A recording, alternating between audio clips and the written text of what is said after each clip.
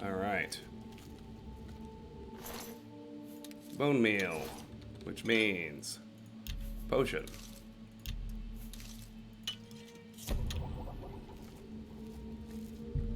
A hasty translation is scrawled here. Yeah, I saw that too.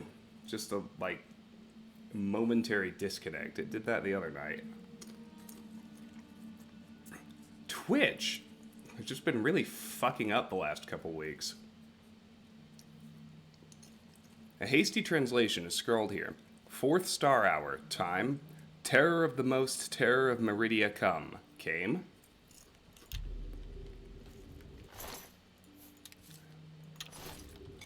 I hope it's only one video.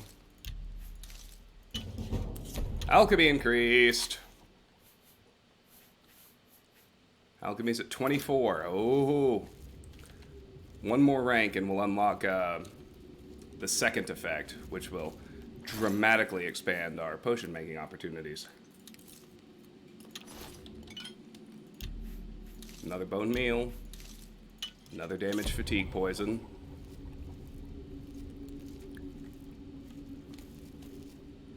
There's another imp. Here's a skelly. Bone meal.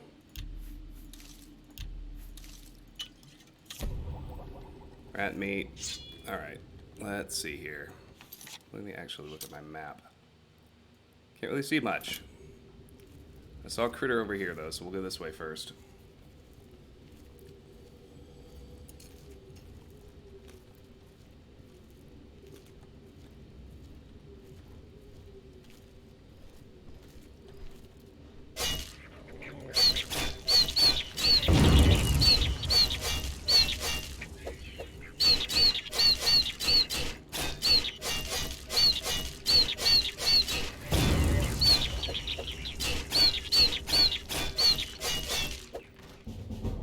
Blade increased.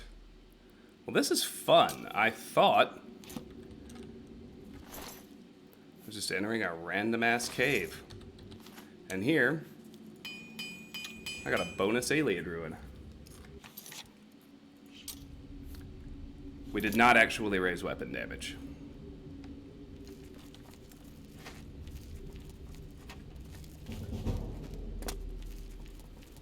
Athletics increased.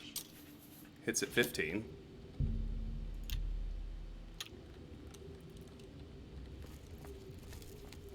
I've tried some expensive whiskeys in the past, Eastport, and I've found them to be variable. Like, they're not going to be better just because they're expensive. Certain expensive whiskeys have been much better than anything else I've had. Like, I really, really, really like Talisker, which is technically a scotch, but, you know, they're all whiskey, right? Alright. Hey, hey, look there. It's a rat. Can I harvest these? Whatever they are? No. These trees are pretty wild, though. Sup, rat?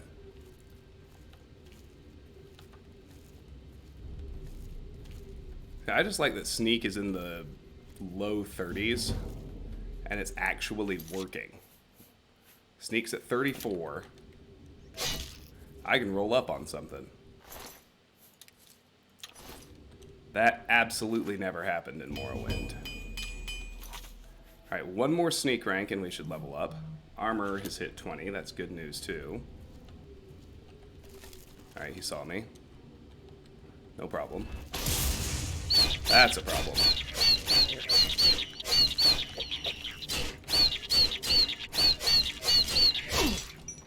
Also a problem.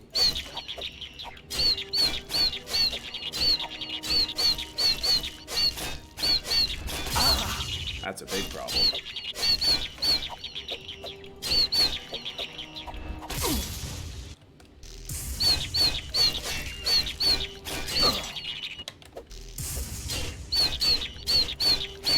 It's like every time I see him stagger, I should just quick save.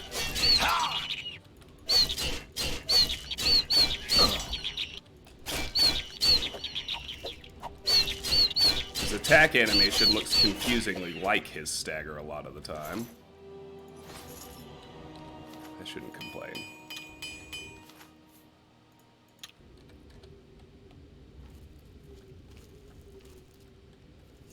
Okay, we have enemies nearby.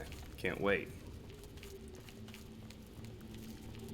The influences of level and other factors into a successful sneak.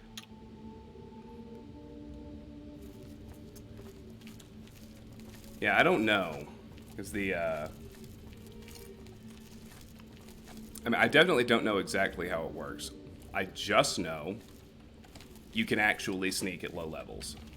It's not broken like it was in Morrowind. You don't have to grind it to 90 before you can use it worth anything at all.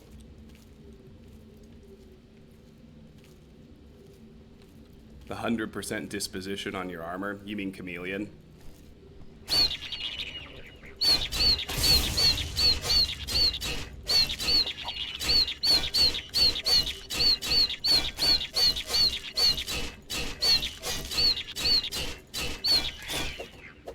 100% chameleon is the cheesiest of cheese. It's awesome. Take the imp gall.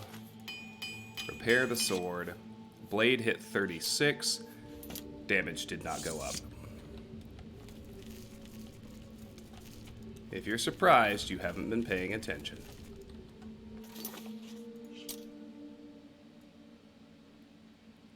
Oh, interesting. There's another exit.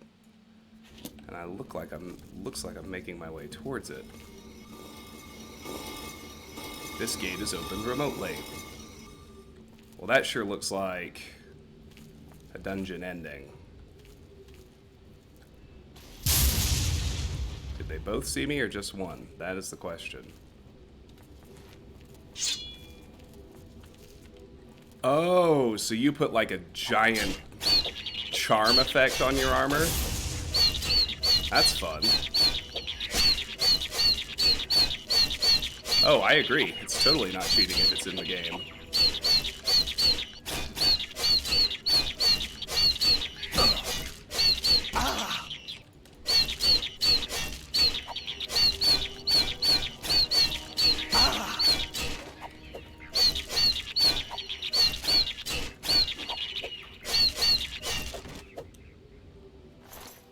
I really want to get to Apprentice Alchemy so that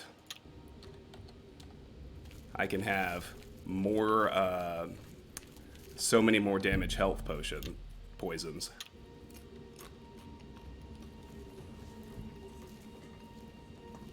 Absolutely, Eastport. I would never accuse you of cheating for abusing a game mechanic. Like you said, it's not cheating if it's in the game. I agree completely with that ethos.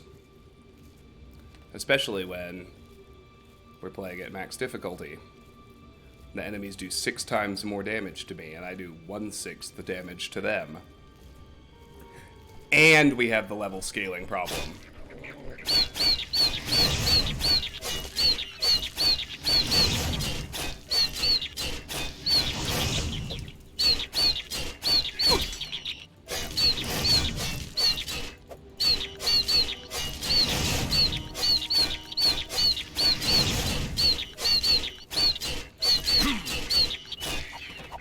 God, even 50% spell absorption is so good. Blade increased again.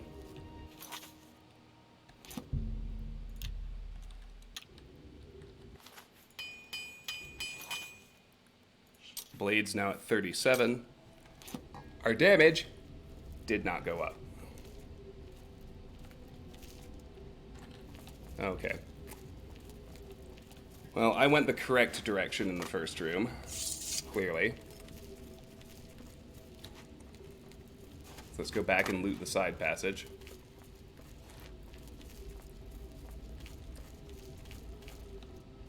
You only play max difficulty. Hey, Alex, welcome back.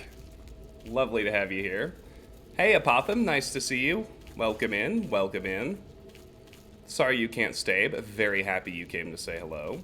How's things, my friend? Alright, so what have we here? We have a skeleton, whose bone meal means we have a potion. Weak potion of healing, times 2. That's fine.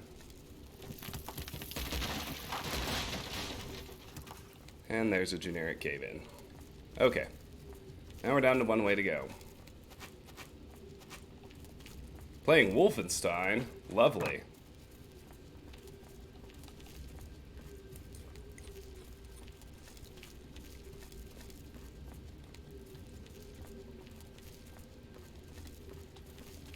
Alright. I see another imp. It's a throne room.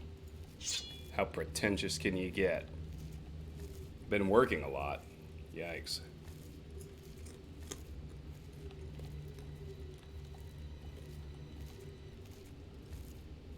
Who saw me? Oh, it was him. Okay, that's fine. Hey, we got bedrolls. Nice. That's actually huge. I'm about to level up and I'll need a spot to sleep when I do.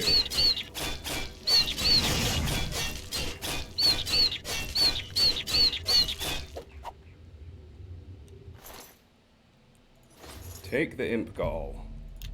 Wait the hour.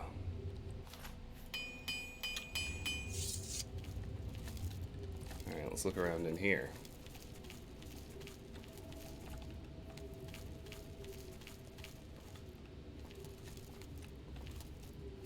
Another tablet. A hasty translation is scrawled here.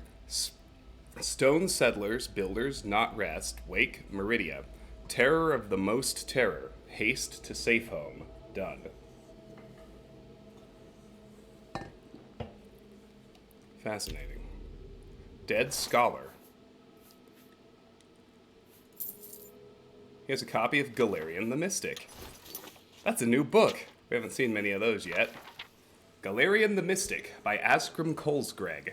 During the early bloody years of the Second Era, Vanus Galerion was born under the name Trectus, a serf on the estate of a minor nobleman, Lord Girnas of Solicichon-Kur. Trectus's father and mother were common laborers, but his father had secretly, against the law of Lord Girnas, taught himself and then Trectus to read. Lord Girnas had been advised that literate serfs were an abomination of nature, and dangerous to themselves and their lords, and had closed all bookstalls within Solicichon-Kur. All booksellers, poets, and teachers were forbidden, except within Girnas's keep. Nevertheless, a small-scale smuggling operation kept a number of books and scrolls in circulation right under Girnas's shadow. When Trectus was 8, the smugglers were found and imprisoned. Some said that Trectus's mother, an ignorant and religious woman fearful of her husband, was the betrayer of the smugglers.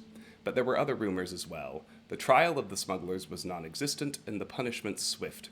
The body of Trectus's father was kept hanging for weeks during the hottest summer Solicichon-Kur had seen in centuries. 3 months later, Trectus ran away from Lord Girnas's estate. He made it as far as Alinor, halfway across Somerset Isle. A band of troubadours found him nearly dead, curled up in a ditch by the side of the road. They nursed him to health and employed him as an errand boy in return for food and shelter. One of the troubadours, a soothsayer named Heliand, began testing Trectus's mind and found the boy, though shy, to be preternaturally intelligent and sophisticated given his circumstances. Heliand recognized in the boy a commonality, for Heliand had been trained on the Isle of Artaeum as a mystic. When the troupe was performing in the village of Patanza on the far eastern end of Somerset, Heliand took Trectus, then a boy of 11, to the Isle of Artaeum. The magister of the isle, Iachesus, recognized potential in Trectus and took him on as pupil, giving him the name of Vanus Galerion. Vanus trained his mind on the Isle of Artaeum, as well as his body. Thus was the first Archmagister of the Mages Guild trained. From the Sigics of the Isle of Artaeum he received his training.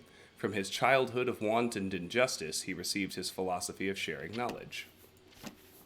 What's particularly neat is I'll always be able to tell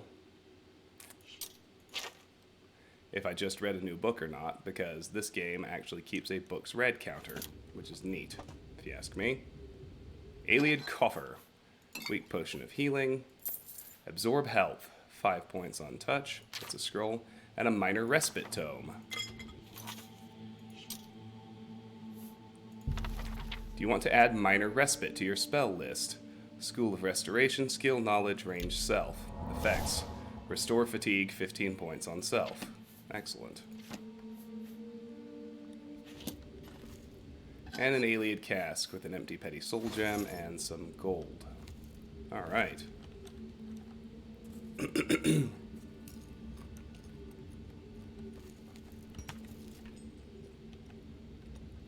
A shovel. Stone door to sideways cave, hidden lake.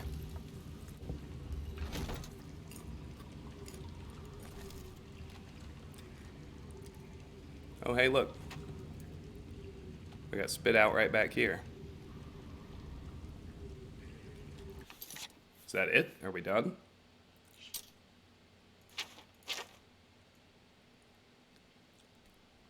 I guess so. Cool. Alright. By all means, let's get out of here. Go back to the market and sell some shit.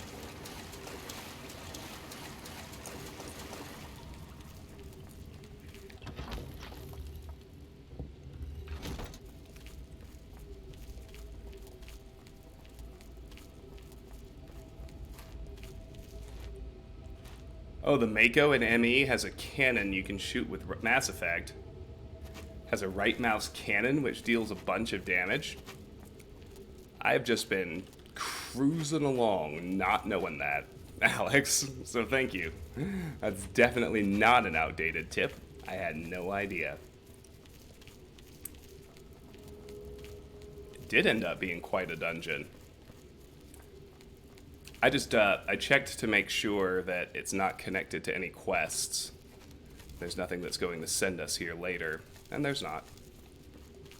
That was a fun one. Other than that, I very much lack the intimate familiarity with all the different dungeons of this game that I have with a Morrowind or a Skyrim, so that was quite a bit of fun. The joy of discovery is still here. I'll put it that way. Alright. So I'm still going to try to be pretty systematic about exploring. I'll use fast travel to, 9 hours. Go and offload stuff and try and keep rolling on alchemy and mercantile and whatnot, but... Spare a coin for the infirm. Alright, let's head to the copious coin purse now.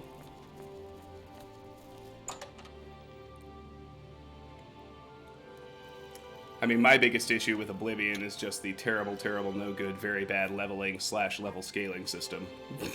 It would be so much better if not for the bulk of the gameplay being so terribly broken. But I like the way it's written, and I love the way the quests work.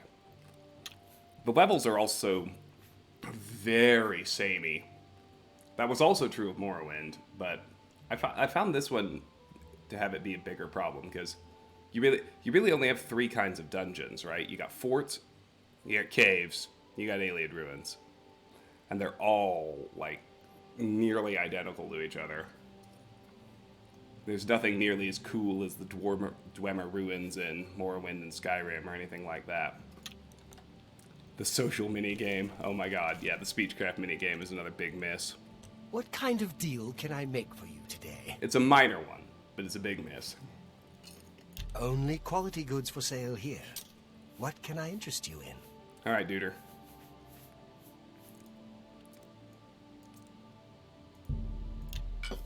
Have a bunch of asinine potions for you.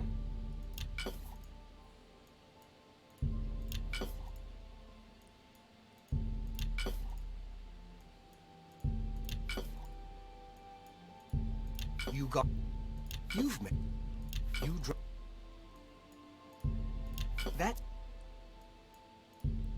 That's a good.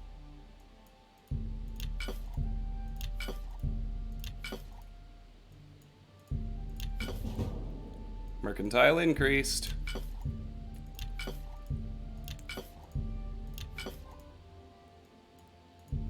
You've met.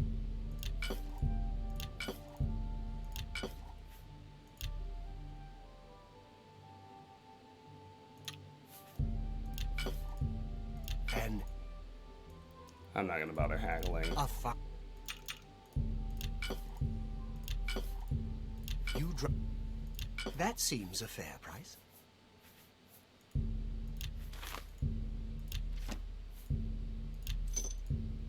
You got... That seems a... Very good. Another satisfied customer. Goodbye. Please, come again.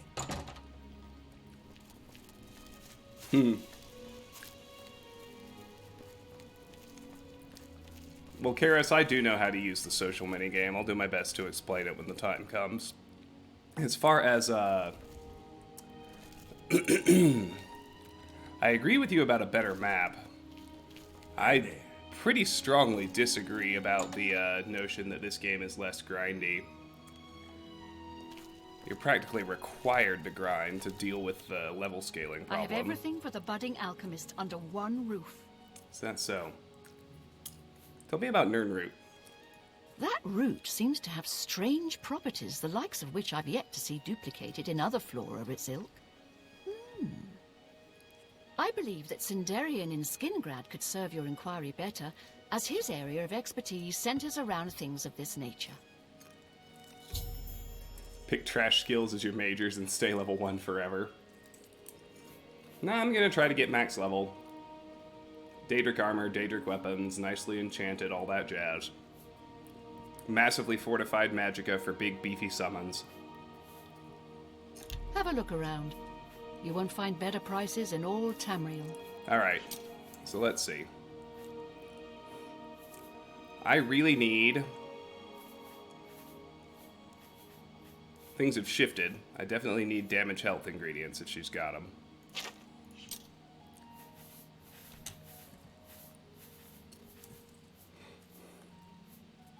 That aren't wisp stalks.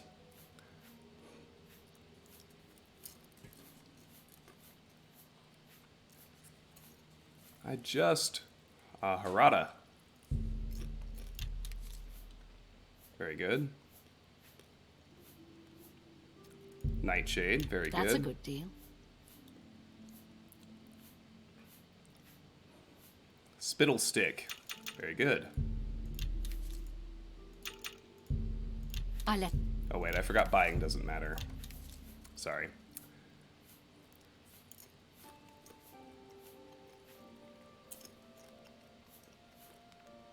Okay.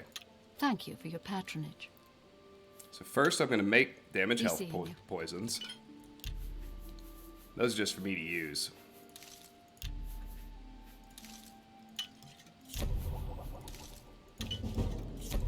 There we go. Alchemy just hit 25, raised to apprentice.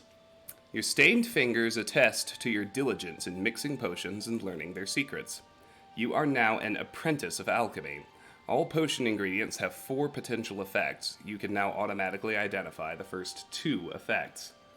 Max level fingers of the mountain, let's go!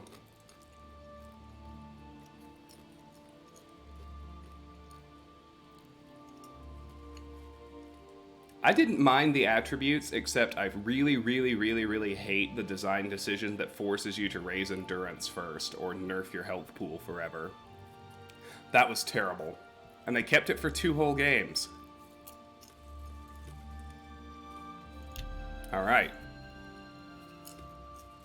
So Spittle Stick, the secondary effect is damage magicka. Wisp Stalk Caps, the second effect is damage willpower.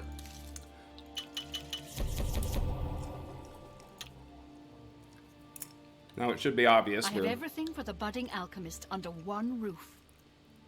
Suddenly going to make Have a look at my wares. I'm sure there's something to suit you. First I want to see if anything has damage health as its second effect.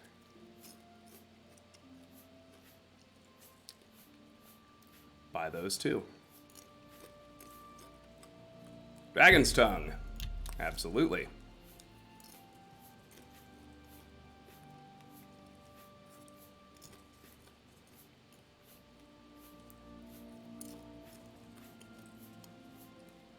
Sacred Lotus Seeds. Alright. St. John's Wort Nectar. Hell That's yeah. a good deal.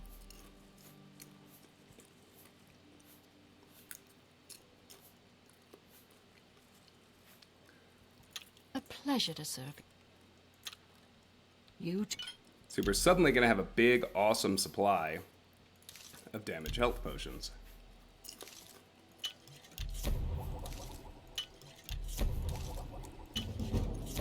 Alchemy's at 26.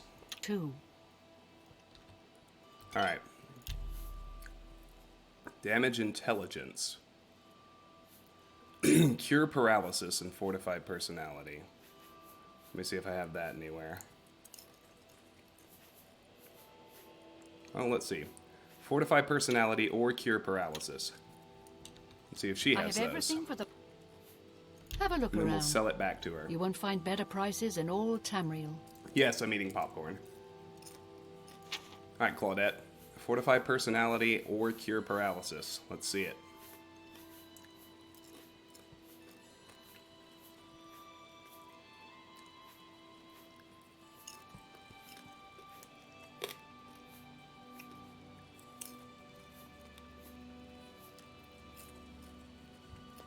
That's... Oh. I was like, oh, the exact same tomb. It was Imp Gall.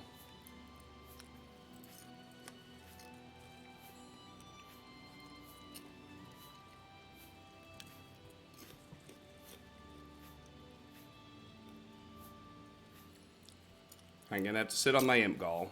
That's fine. What about my rat meat? Damage fatigue. The second effect is detect life. Fascinating.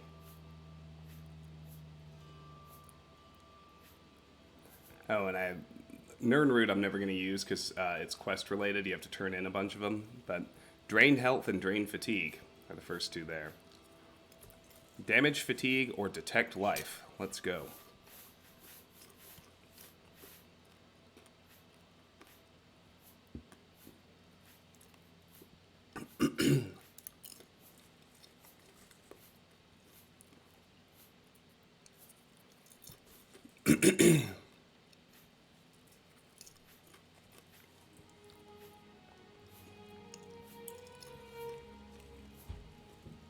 Damage fatigue on mutton. Nice.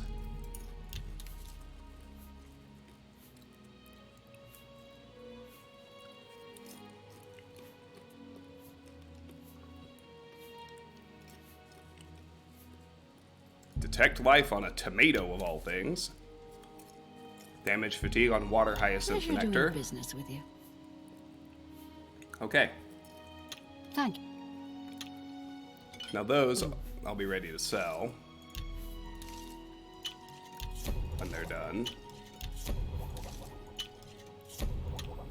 I have everything for... Let's do business. Cheesy kettle corn. I don't like kettle corn. I don't like the sweet and salty mix. I like one or the other. I love caramel corn, and I love cheddar corn, but I hate the mix.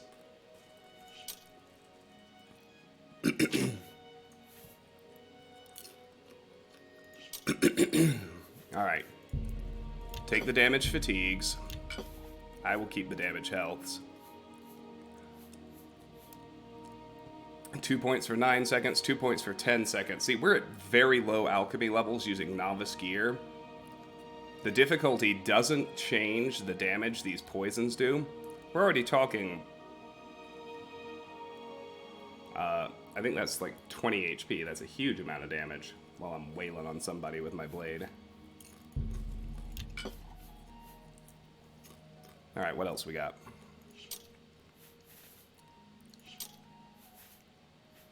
That's everything I can do with rat meat, imp gall, and wisp stalk caps. So Karen Millette. I want restore health or damage intelligence.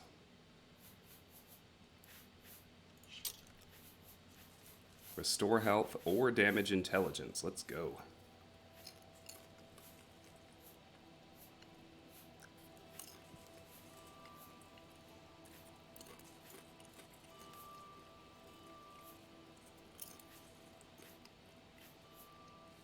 Fennel seeds have damage intelligence. Excellent deal.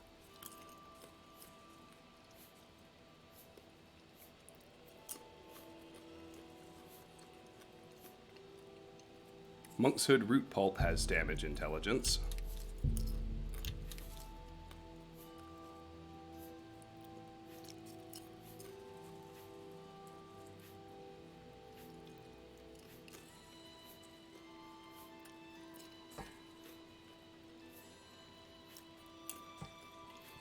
All right. Thank you. Good day.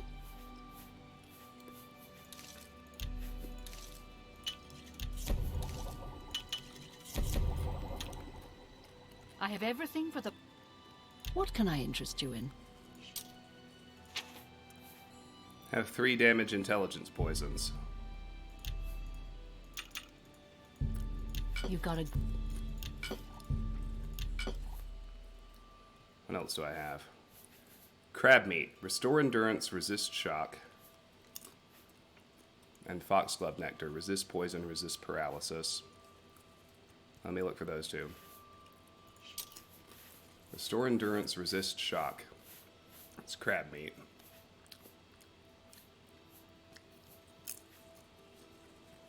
Blackberry, resist shock. You're a That'll do for the fine crab meat. negotiator. Foxglove nectar, resist poison, resist paralysis. So I'm trying to make potions out of everything I found, essentially. Resist poison, alkanet flower. Perfect. I appreciate.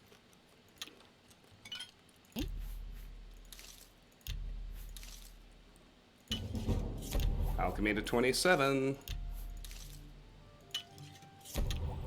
I have everything for the... Alright, girl. Let's do business. Yes, let's. Have a resist poison and a resist shock. I'll hold on to these. Come back and see me again. Let me check my carry weight right quick. You too. 115. It's gone down. Ooh.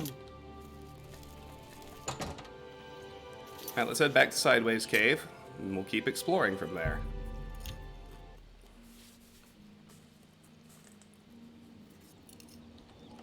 Hey!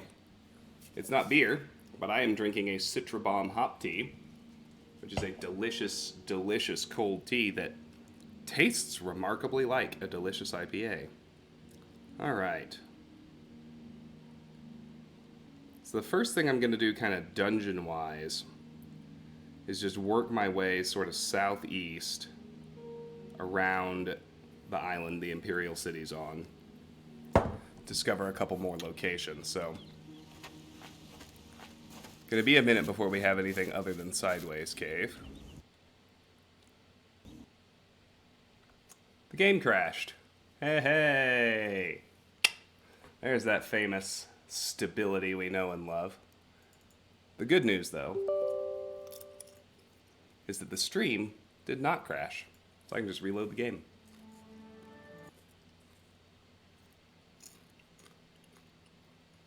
Took some time, to be honest. True.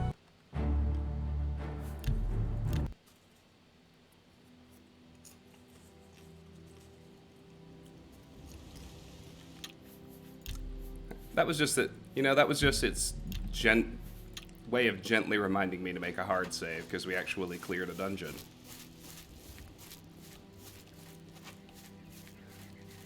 So my goal is to play this kind of the same basic way I would Morrowind or Skyrim. Just systematically sweep around, make sure I get every dungeon cleared. I cannot catch that deer. I am too slow at speed 30 with current athletics.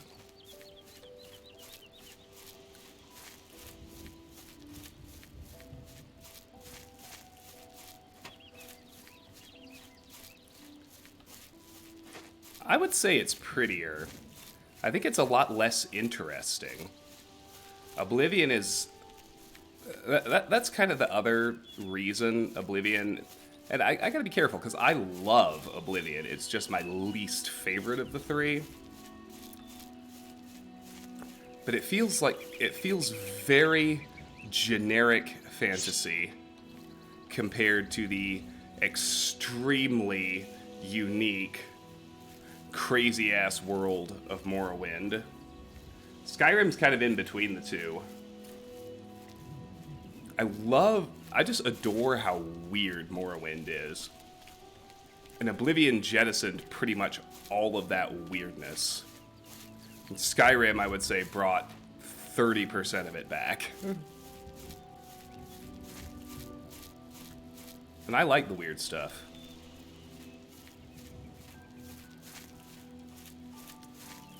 I'm gonna double check this. I don't think I want to go in here.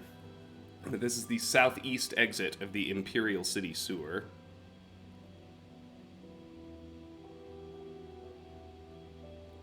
Yeah, that connects directly to the actual Imperial City.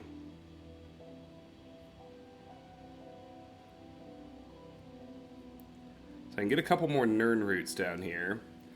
And there's an Oblivion gate spawn point, which isn't going to matter yet. Oh. What now? Oh, it's a mud crab. Of course it is.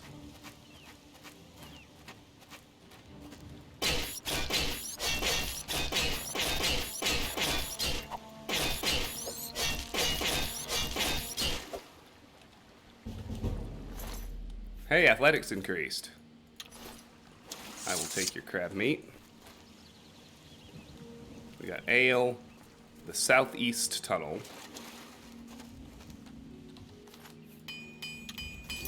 What's athletics at now?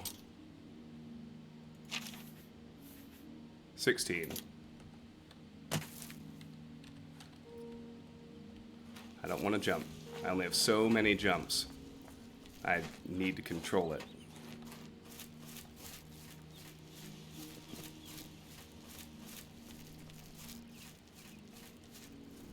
Okay, so we can get 2 Nernroot over here, and I want to keep track of the Oblivion Gate spawn points as well, because if I want to max out my eventual fame, and of course I want to max out my eventual fame, so we're clear.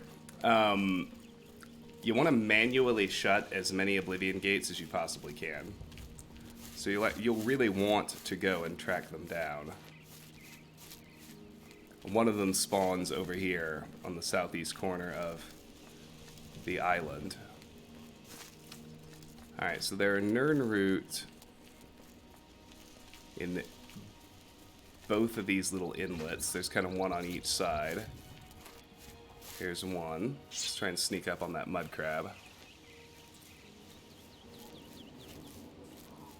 I'm creating little landmarks for myself, too. I'm not about to go explore the sewer system yet. There are actually a lot of quests that sort of send us that direction in their own right. Your sneak skill increased. You should rest and meditate on what you've learned. Okay.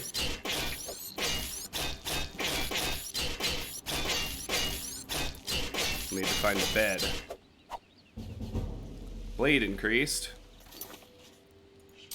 Blade's now at 38.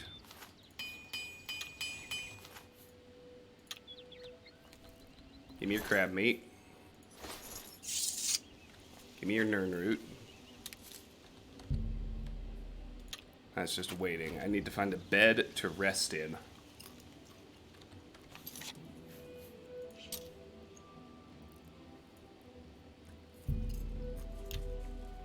There were actually beds in Sideways Cave. Let's run in there and go rest.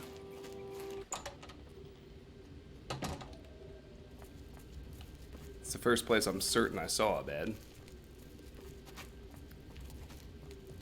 But I am certain I saw a bed.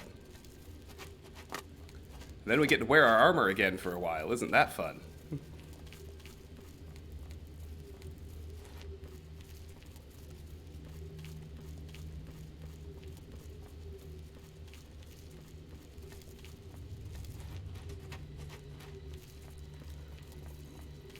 Old World Blues or Shivering Isles, which is better?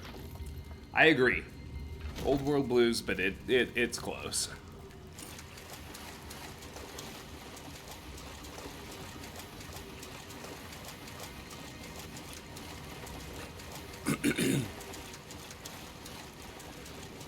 There's just something magical about Dr. Klein yelling at you about your penis hands. The lobotomite with its penis-tipped feet. Dr. Dala's addiction to formography. Old World Blues is hysterically funny. Oh, shit, respawn. Hi. Didn't expect that.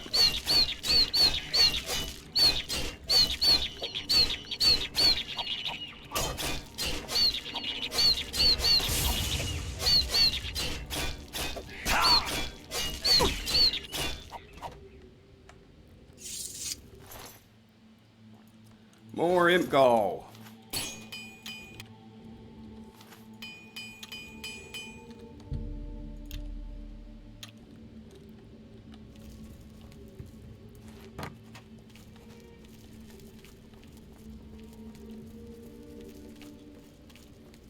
Alright, I want to find those beds now. Not any more surprise enemy spawns. Bedroll. Very good. Okay, this is what I wanted. You have ascended to level 2. You realize that all your life you have been coasting along as if you were in a dream. Suddenly, facing the trials of the last few days, you have come alive. Choose 3 attributes to increase. This is how it's going to be. We're going to start off raising endurance, because of course we are. +5. We're going to raise agility. That's why we were focused on sneak. Everything else is just in the free to raise category. The strength multipliers coming from Blade, the intelligence multipliers coming from Alchemy, the speed multiplier is coming from Athletics, and the personality multiplier is coming from Mercantile. I'm going to do Agility, Endurance, and Luck here at level 2.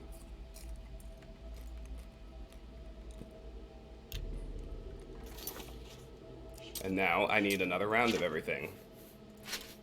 Let's put my heavy armor back on. That's not true, Eastpork. It determines your fatigue.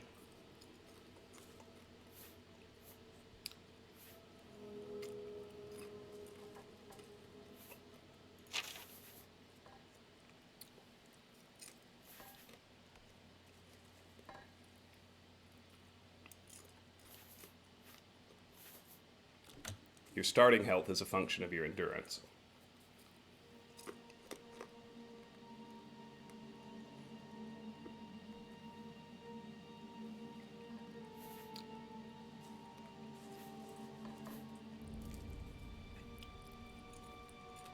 I think you're mixing up fatigue.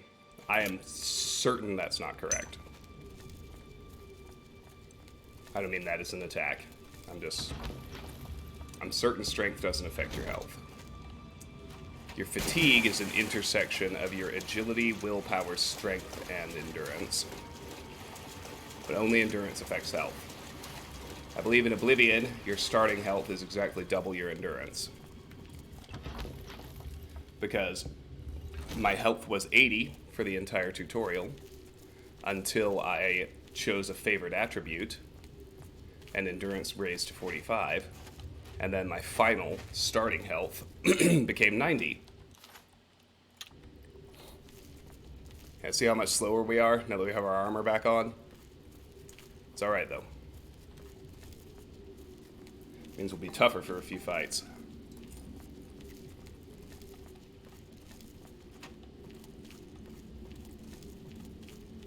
I can speed things along a little bit once I get out of here.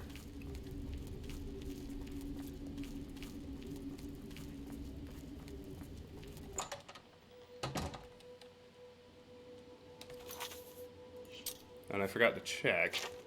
My weapon damage still hasn't gone up. Just because I know we were all so curious. Alright, the Imperial Sewer Southeast exit.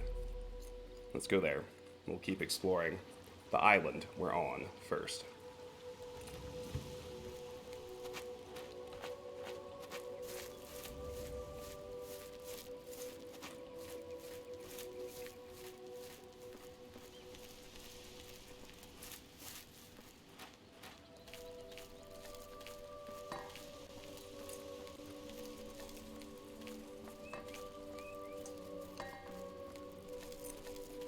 It's another mud crab.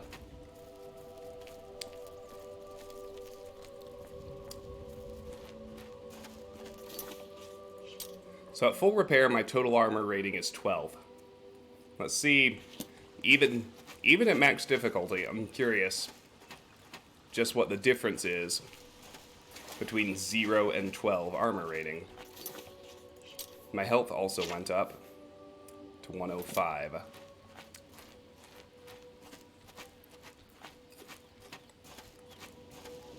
Which is nice. And agility's no slouch either. Much like Morrowind, raising my agility is going to cause me to stagger less often. Definitely handy. Where's that mud crab I saw? There he is. Hey, buddy. Ow!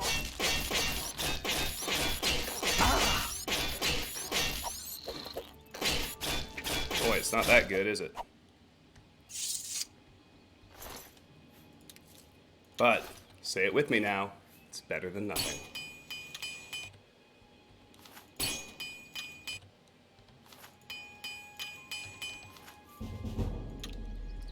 Hey, armor went up too.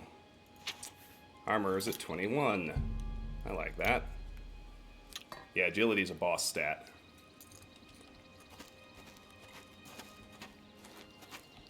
The carry weight is going to be a major nuisance until I do start raising strength. But things are going to be alright.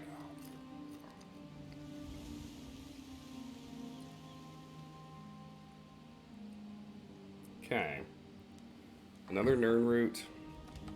In a place called Fatback Cave. And then I think I'll actually make a quick detour to Skingrad. Once I get to my next kind of landmark.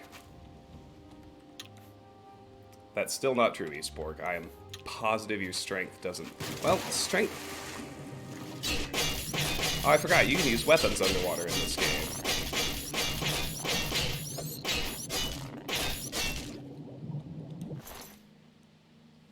Take the crab meat.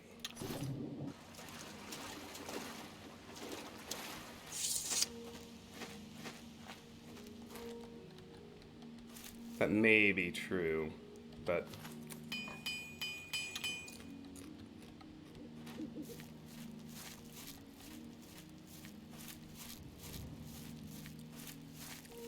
Alright, awesome.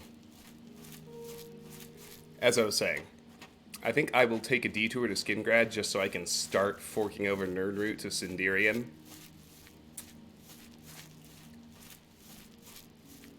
I'm going to try to avoid Glarthir while I'm there.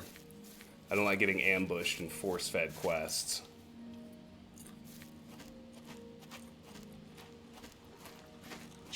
Hi, buddy.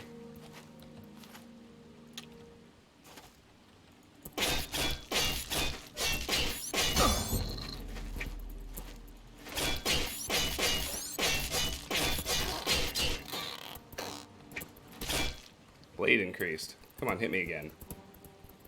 I want heavy armor to go up too. Wow, you suck.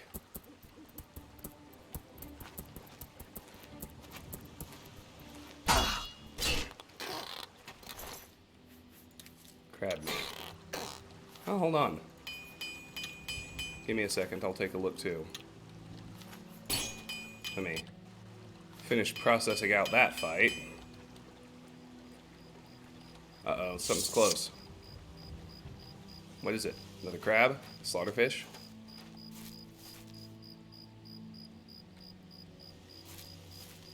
Can't tell. Can't tell. Back up. Find safety. There we go.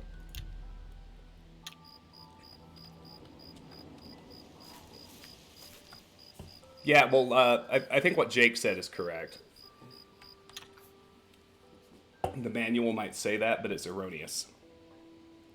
Let me see right quick.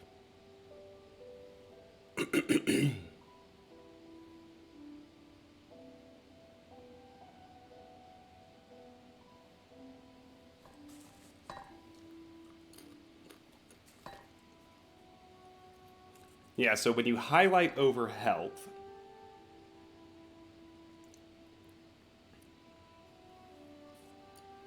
no? The formula in Morrowind does use strength. That's right. I didn't realize that. Fascinating. I don't think it would change my mind, and I think my math on the relatively small gap between optimized for maximum magicka and optimized for magicka maximum health is still pretty small. But, yes, it is only starting strength. It's not health gain per level. And, however, I mean, credit esport. You were right, I was wrong.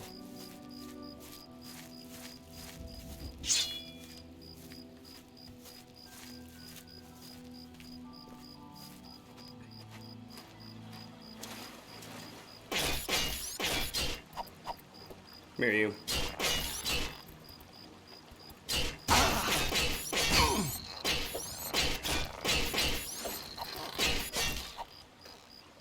Alright, 2 hits. 2 hits is what I can take from a mud crab. Which is hilarious. Before I need to find a... Ah, there's another crab over there. That's what was screwing with me before. I see him swimming.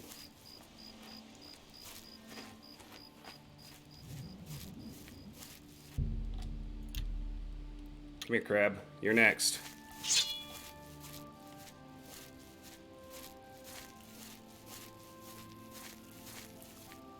Don't be shy. I saw you down here. Come on.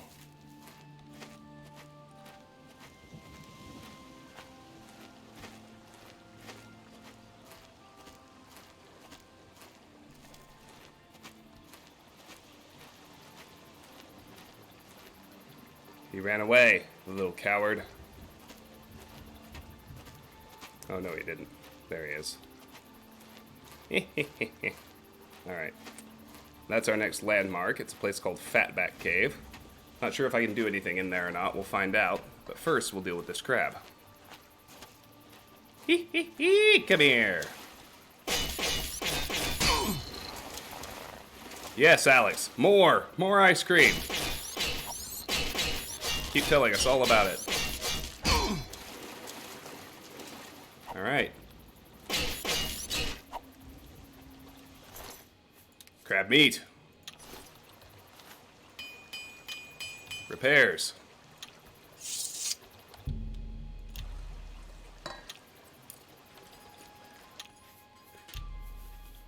Do a quick hard save, because why not?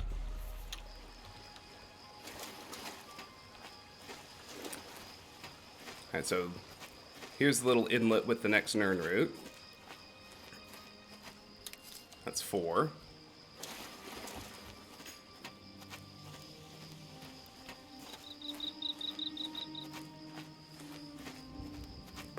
So the first city we're directed to is Coral, so that's probably where I'll actually go first.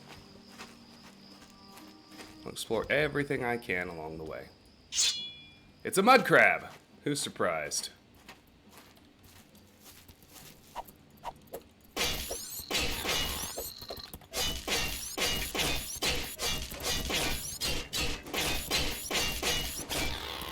I found a cheese spot when I didn't want one.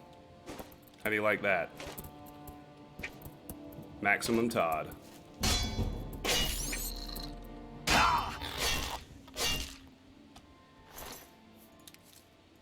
Alright, I think heavy armor went up. It did. 21. Beautiful. 9 more ranks.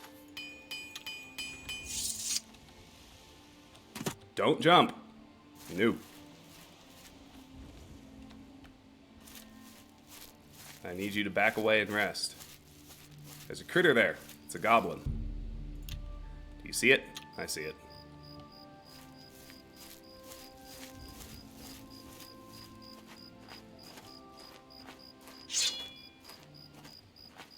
What do you fight with? Nice.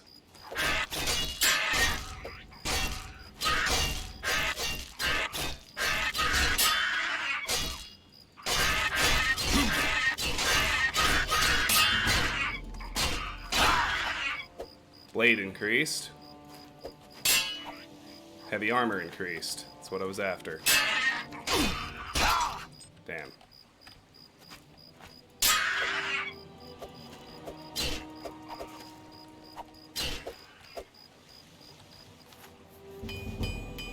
and armorer. Alright, so blades at 40. Armor is at 22, and heavy armor is at 22. Delicious.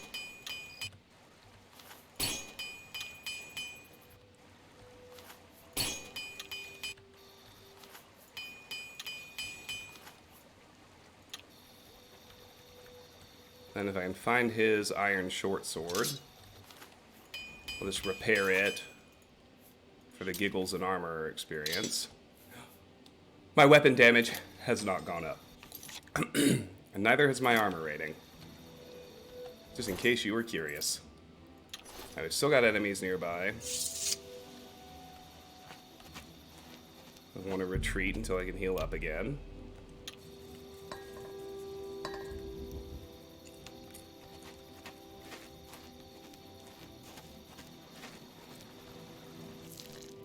Clams. I found Fatback Cave.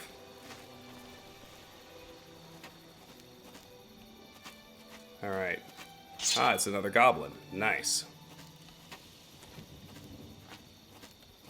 I wonder if Fatback Cave is a goblin den.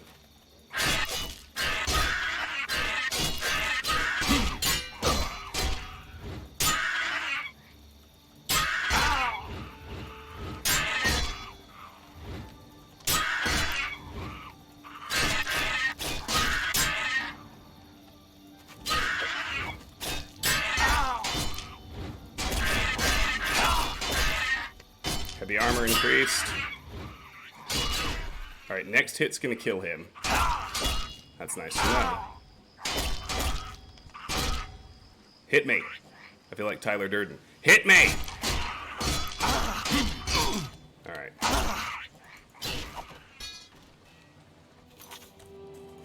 Okay, so heavy armor's at 23. Let's repair all my stuff.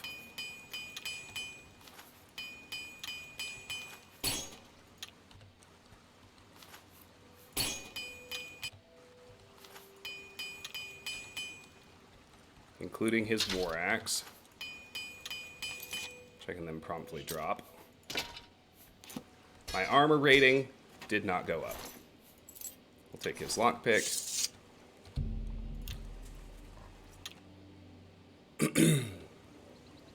And now I'm going to check and see if Fatback Cave is connected to any quests.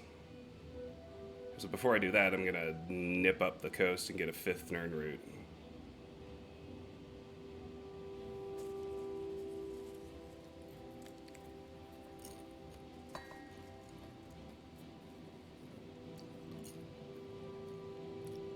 No, there are no quests with this one.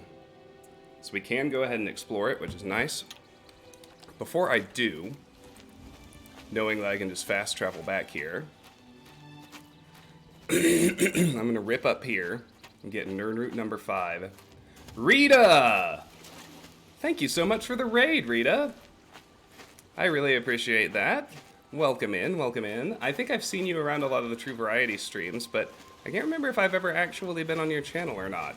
Welcome, Rita. Welcome, Raiders. My name is Travis. It's delightful to have you here. We are playing a max difficulty run of Oblivion, and it is hard, but it is fun. There's an Nern route.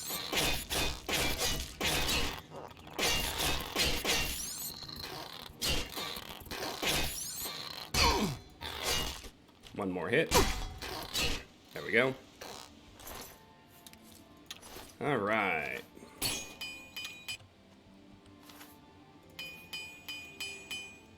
Just as everyone was leaving, we got a whole raid coming.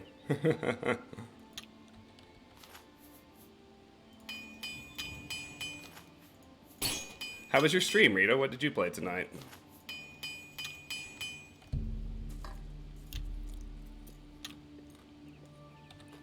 All right, let's take a quick detour to Skingrad.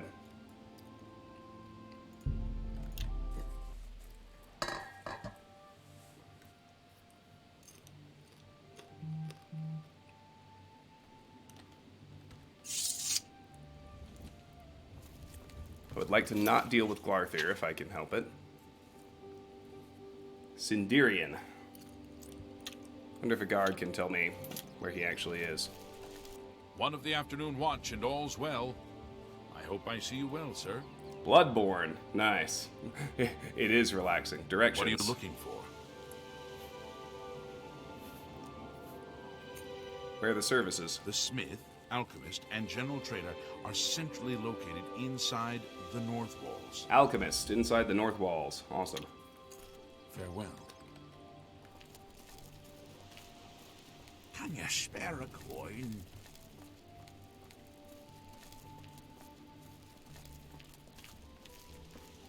Bloodborne and Demon Souls are better than Dark Souls 1, 2, and 3. It's gonna be a hard sell for me. I liked Demon Souls a lot, actually. I really did. It just made a few very baffling design choices at times. Hammer and tongs, all things alchemical. That sounds good. Ego, thank you for the follow. Falanu Hlalu. Me? I'm Falanu. House Lalu. As if that matters here. Nernroot. I don't know. Never seen that sort of route before. Head over to the West Wheeled Inn and talk to Sindarian. He could identify it for you, I'm sure. The West Wheeled Inn. Awesome. Bye. Tidings, citizen. Well, where is the West Wheeled Inn? Well, it's right here, of course. Nice signage.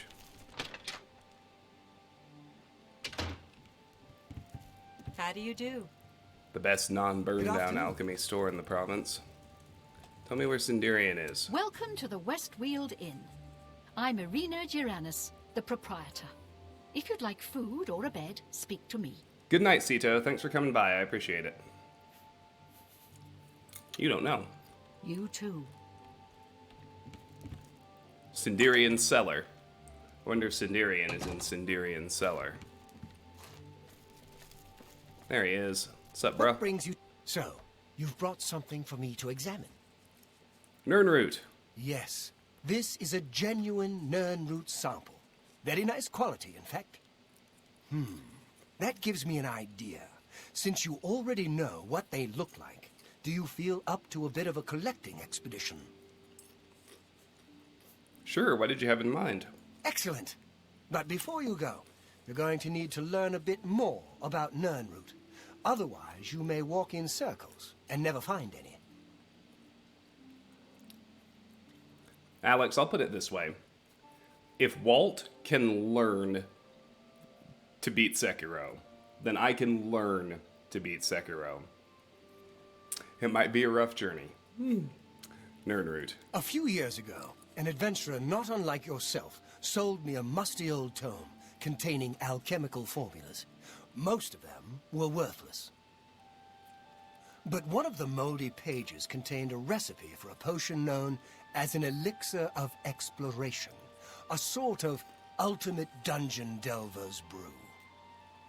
The formula looked sound, except it required an extremely rare ingredient.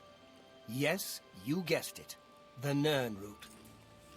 I put the book aside because, frankly, I had so many other delicate experiments going on that I just didn't have the time to go plant hunting. Now that you're here, that changes things. You know, the other funny thing, Alex, is you'll see this in the later Demon Souls episodes when they roll out on YouTube.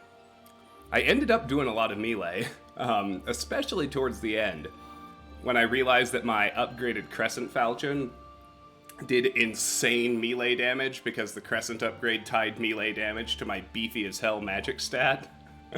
I started doing a lot of melee, and it worked really well. On the bosses I couldn't, pretty much everything I couldn't cheese with magic, I would like one-shot with my Crescent Falchion. It was awesome. Elixir of Exploration.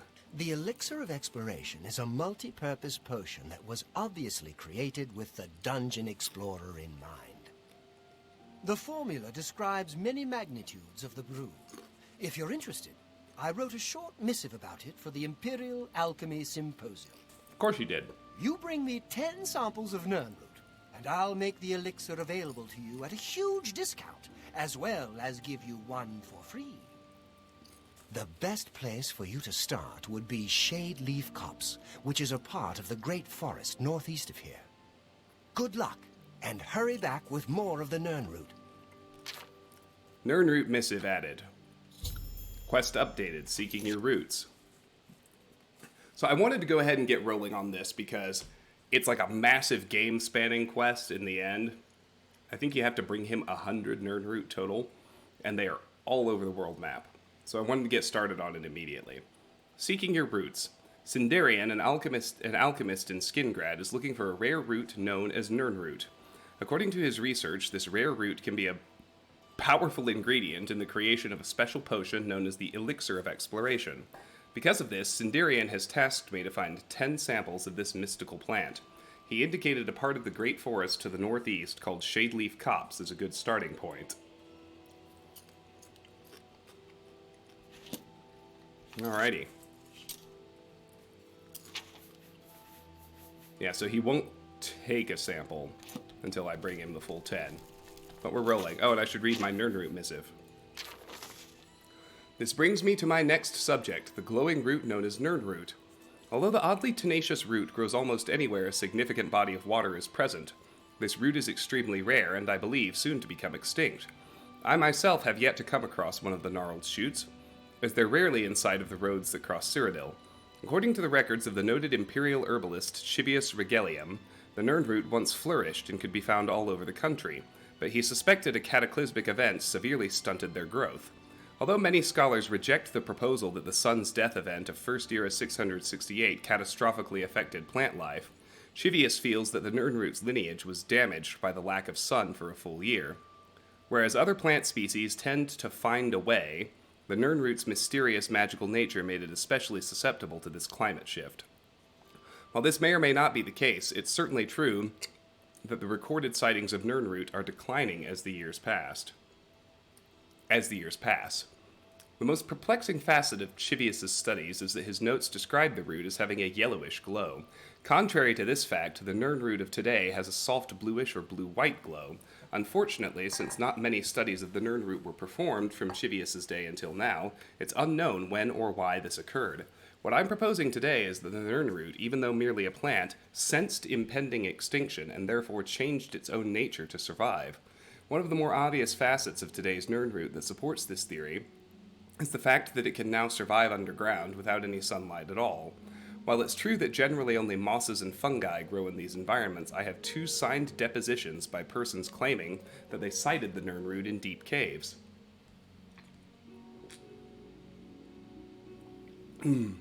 Excuse me. Not once in Chivius' copious notes is a subterranean Nirnroot mentioned, but how could this be? How could a surface-dwelling plant suddenly begin appearing in new locations radically different from its normal habitat? The answer, my fellow alchemists, is nestled within Chivius' own notes.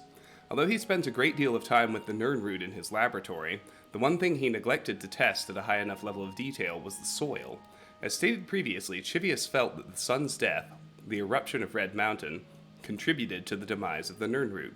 My amendment to that proposal is that the ash that fell from the sky that entire year mixed with the soil, and again, due to the magical nature of the root, contributed to the aforementioned changes. The ash became a catalyst of sorts, forcing a change in the very makeup of the Nirnroot. Although very little ash from that dark time remains, I have done tests on newer ash samples sent to me from Vardenfell. They show little to no magical properties, certainly none of which could affect a plant to that magnitude. However, the rare occurrence of what's known as ash salt in the normal ash does contain very potent magical abilities. In fact, some native Dunmer are said to harness that ability to create a cure for the blight, which pervaded their realm many years ago.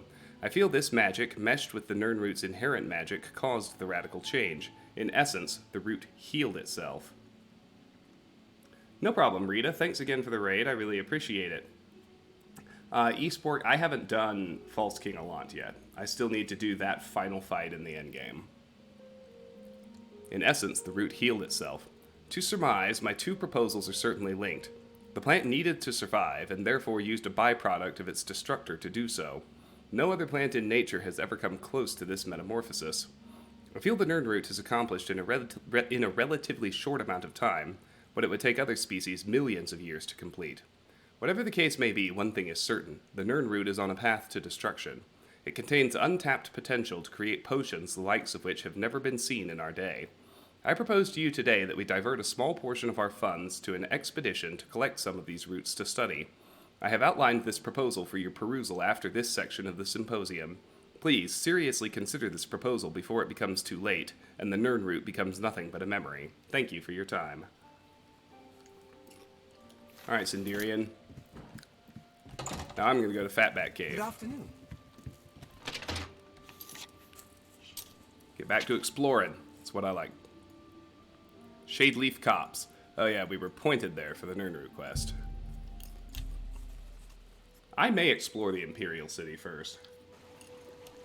Just go ahead and do what I can do there. I don't know. We'll see. Wood door to Fatback Cave.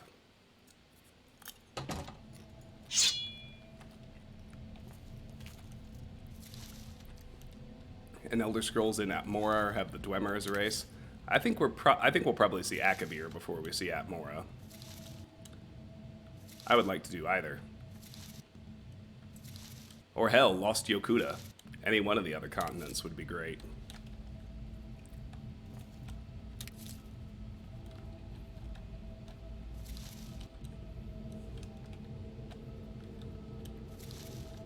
Come on now. There we go. Karen Bolettes, they're everywhere. I like it. Oops, wrong thing.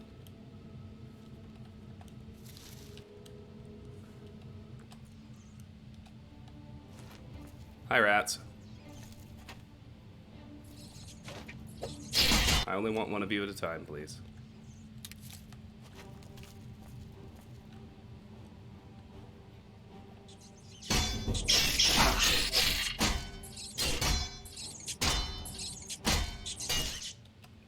I was gonna say, I think next hit kills him. Oh!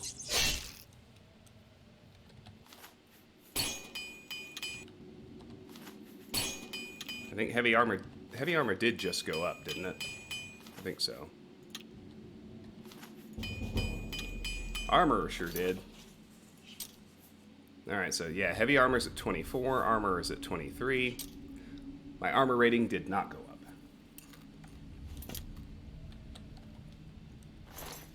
Give me that rat meat.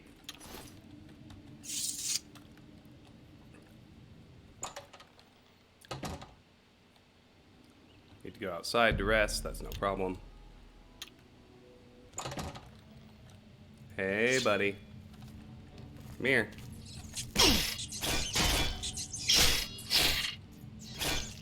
Yep, next one will do it.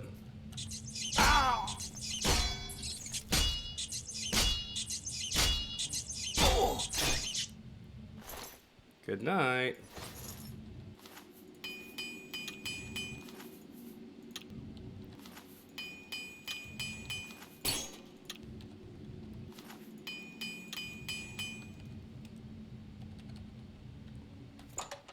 Still more enemies nearby, too. I thought it was cool that they put Sinderian in Skyrim, in a way.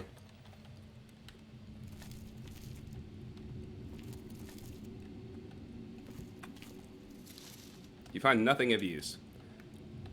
Yeah, anyway, as I was saying when the rats came out,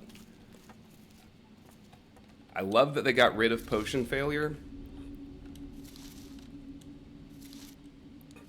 I think this sometimes you fuck up harvesting the ingredient mechanic is incredibly stupid.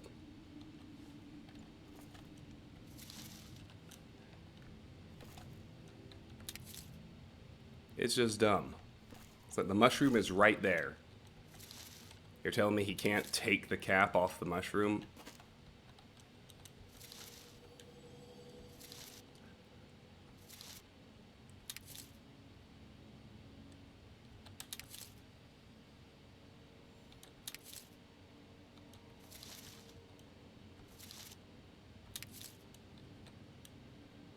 Alright, that was 4 wisp stalk caps.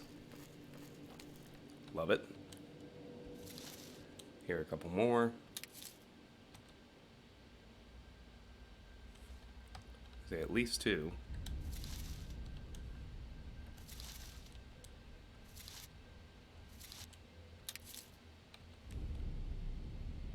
Alrighty.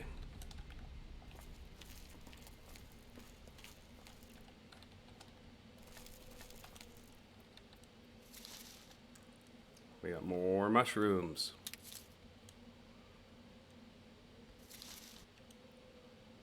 Hear lots of little growls. Lots of critters in here.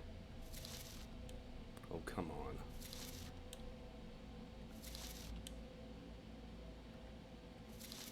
You're killing me. There we go.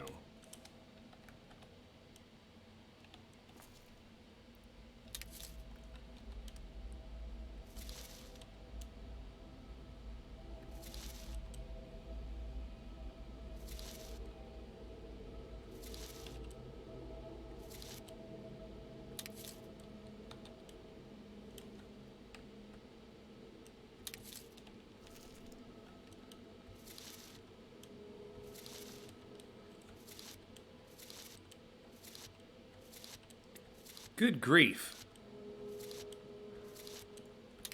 Thank you. That was getting ridiculous.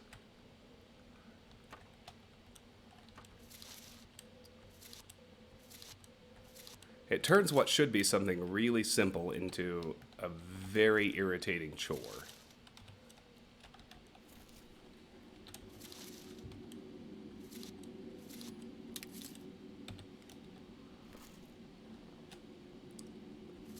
Wow, there's a lot in here, isn't there?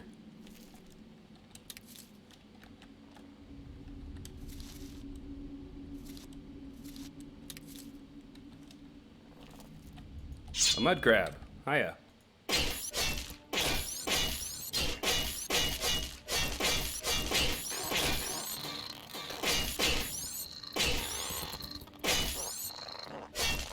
And next one will kill him.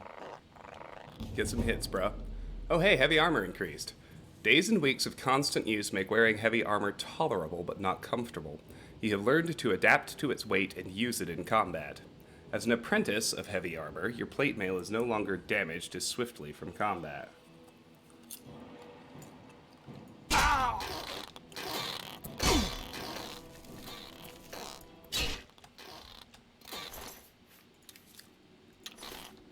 Got him.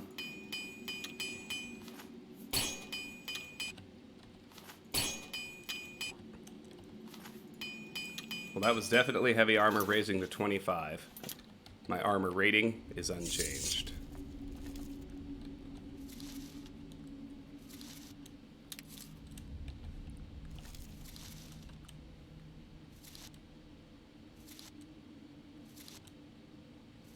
Good Lord. Thank you.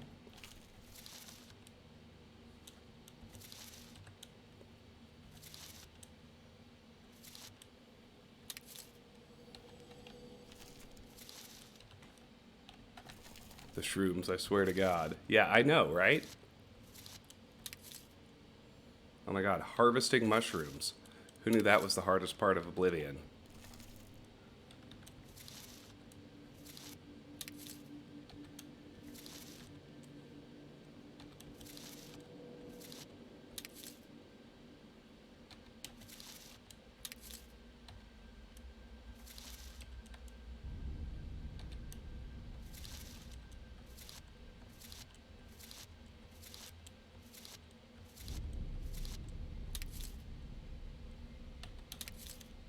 Finally, 2 successes in a row. Took long enough. Something that's ostensibly 50-50. Every so often I should succeed a bunch of times in a row. You'd think. Okay, good. And a chest. Copper ring, gold. Love it. Alright. I'm going to retreat a bit so I can rest.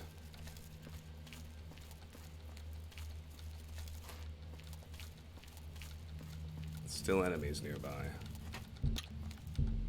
Gotta get all the way to the very entrance. Wow. I mean, it's fine. It's good, even. At least I got it done. It's a rat!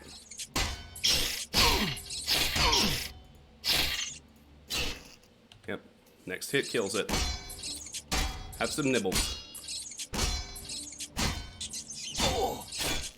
Then die.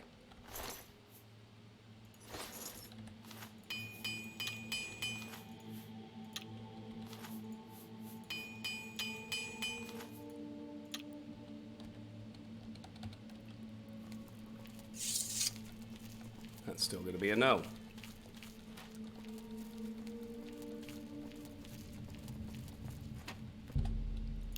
I expected a goblin den. I mean, it's definitely still got time to become one. Only done a few little encounters.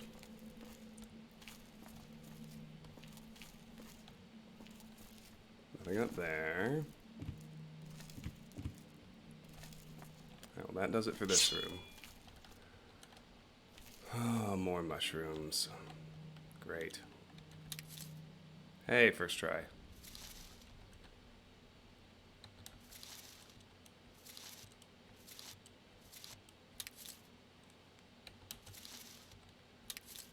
What would really be great is if there was just some level of overlap with these, so I could make potions. There's the crab. See it.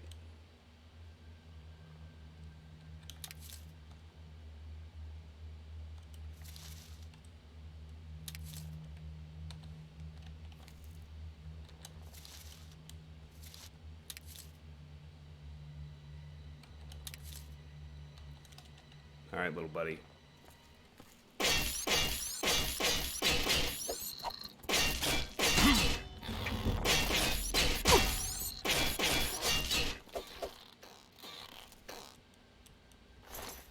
Heavy armor went up.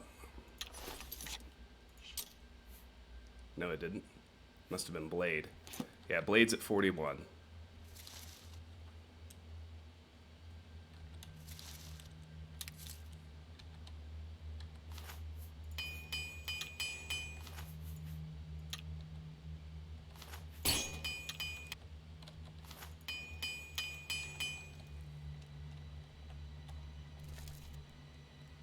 More enemies nearby.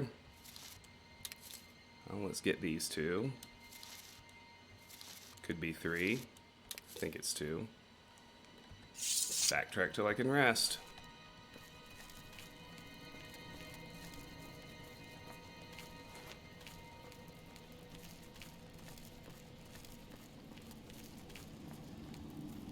I would have sworn that was the one. Something else somewhere.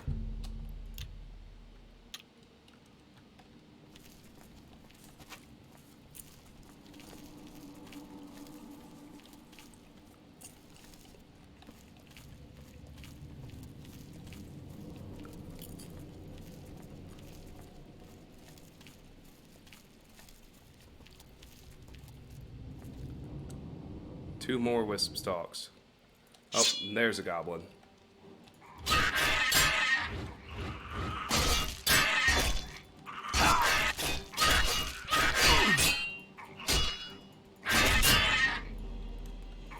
That was heavy armor.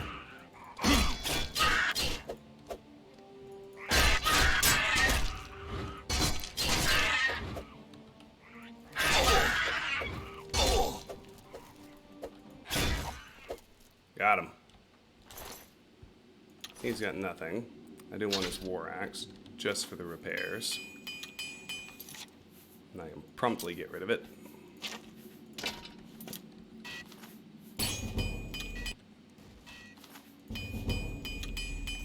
Armor's up. It's at 24.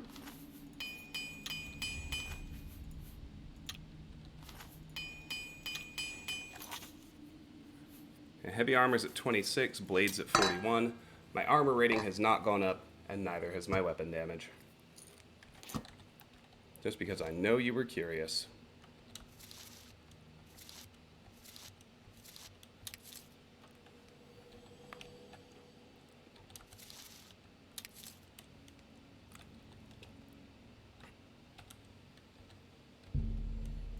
That was the problem.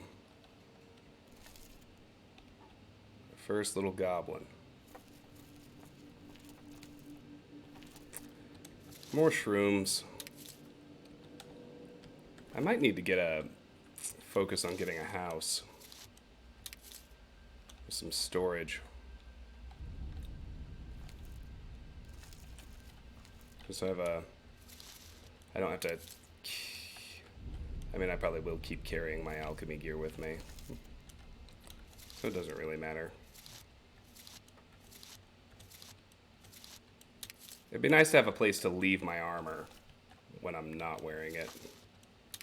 That would free up a lot of carry weight.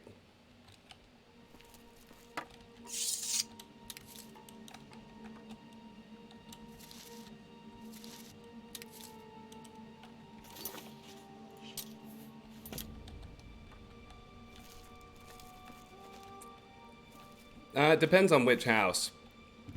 You can get the dirt cheap one in the Imperial City docks, like, right away, and it's only like 2,000 gold.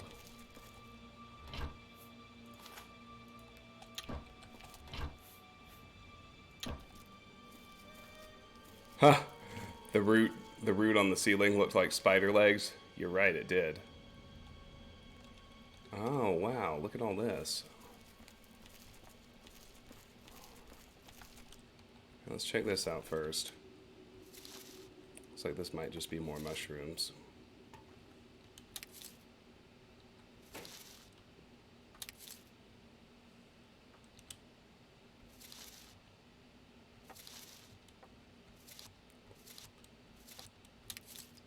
That's true. I can just go to one of the DLC homes, can't I? I should do that.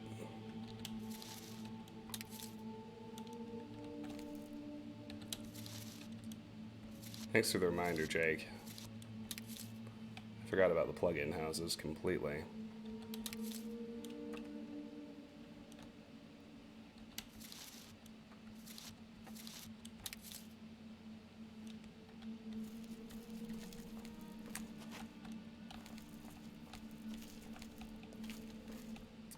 Alright, we're down to one pass.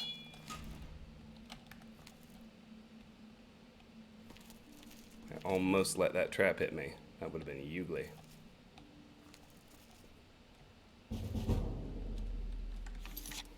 Athletics increased to 18.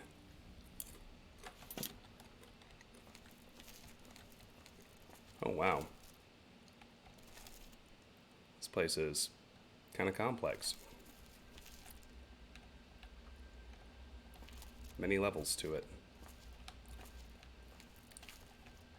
And many more mushrooms. A mud crab.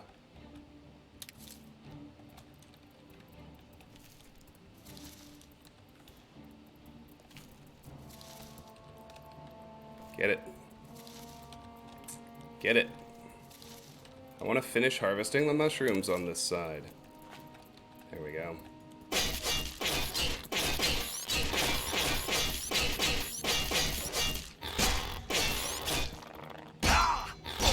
Shoot.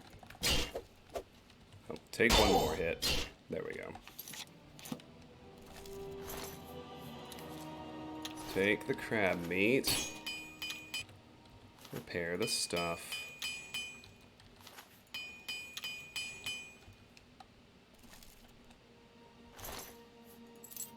Lockpicks. Naturally, we failed. Naturally, we failed.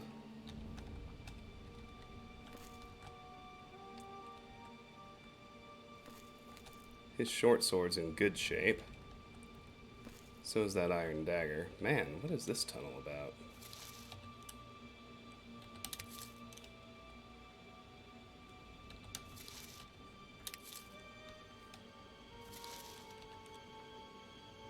So much going on.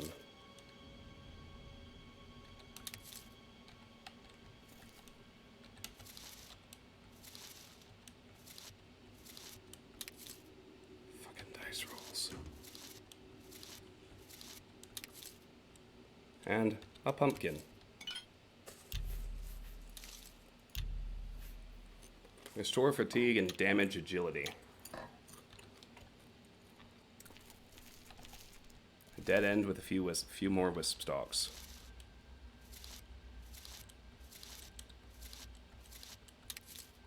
It's alright, I like the feeling of eliminating a pathway. Getting the number of branches down. And we can rest here. You're like a rich trust fund kid with a bunch of houses I've never been to. I mean, I just broke out of prison. I'm not used to this new life. Iron arrow, gold.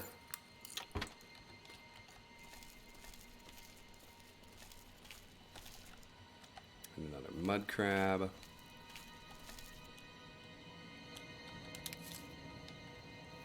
More wisp stalks.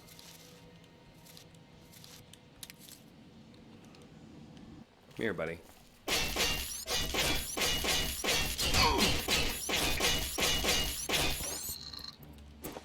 Come on, hit me. One more.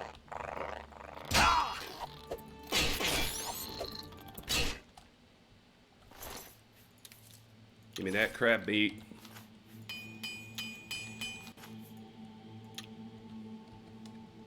I know there's a goblin right down in that little pit.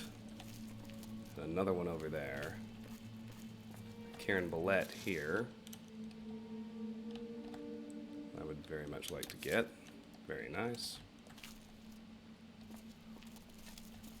Some wisp stalks over here.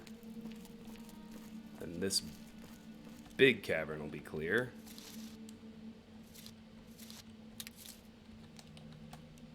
I think I might...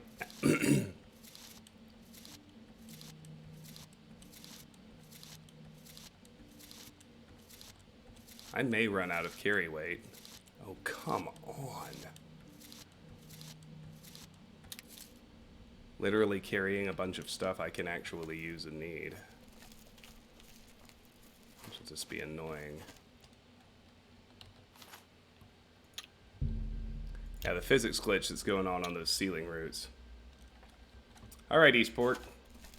Drive safe, buddy. We'll be here when you get back.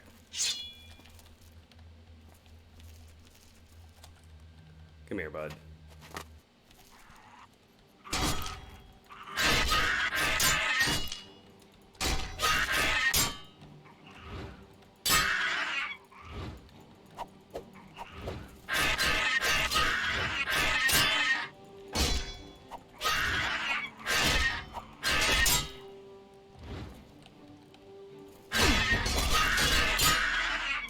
Heavy armor increased.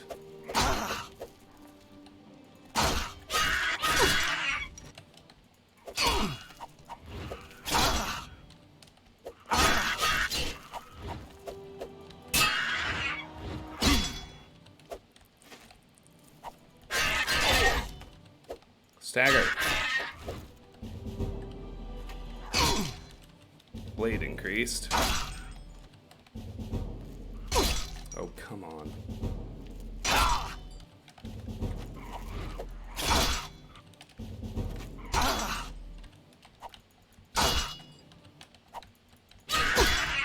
The fact he just hits me when he decides to is really bringing me down. There we go.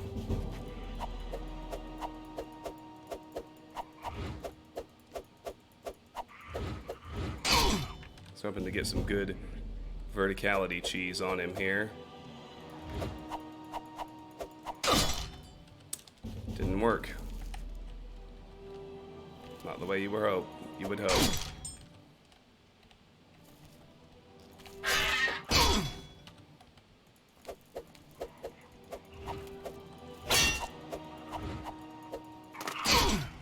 Get in there. Man alive. Jesus Christ.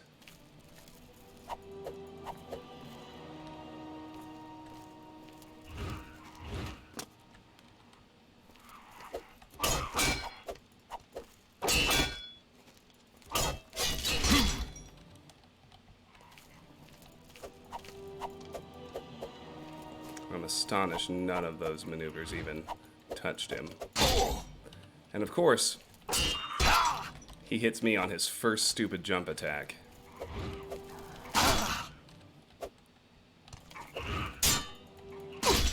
Jesus H. Christ.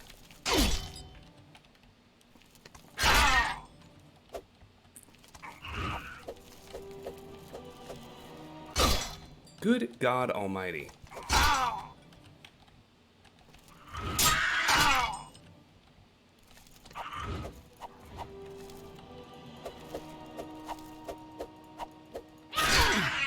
Man, why doesn't he ever do anything stupid?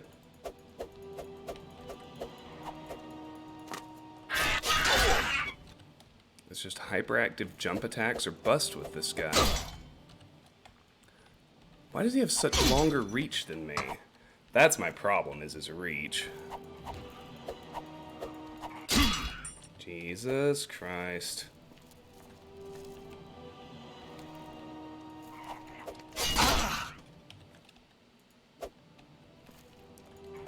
Nah, fatigue's not the problem. That lowers my damage. But you don't miss in this game like you do in Morrowind. Like, if you connect, you connect. He's just got longer reach.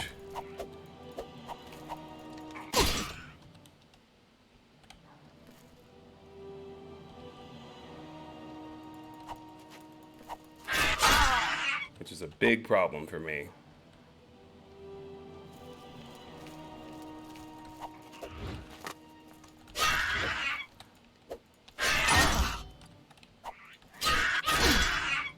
It'd be great if I could stagger him. I don't see that happening, though.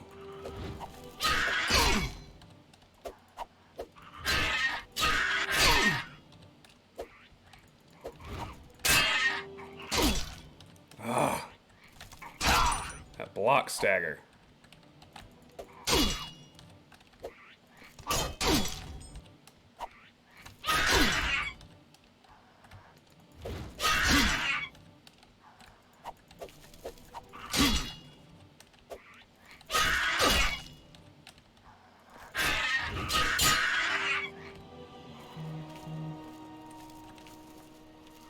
And that was like 3 unanswered hits. That was good.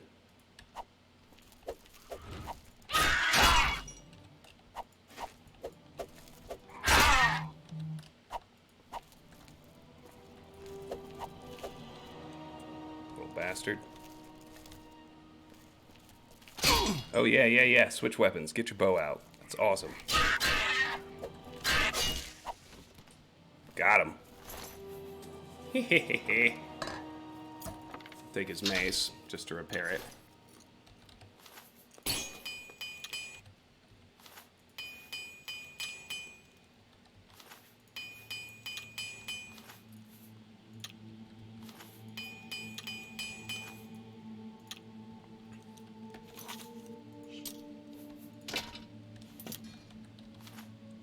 Nice.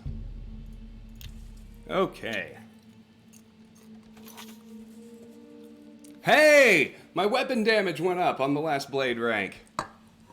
Check it out. We're up to 4. Armor rating did not go up.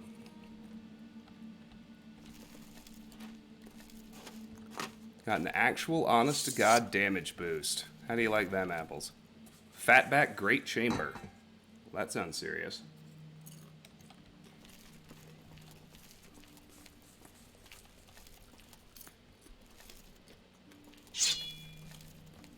Here's another one. I see you. Get over here.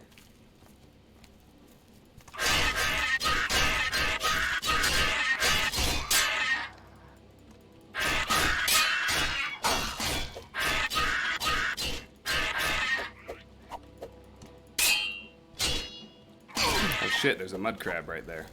I don't want to aggro that.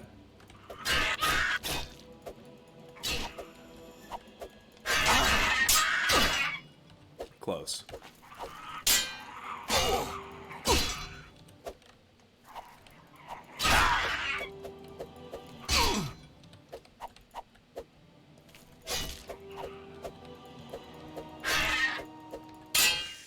Got him. An iron short sword. I will certainly pick that up and repair it.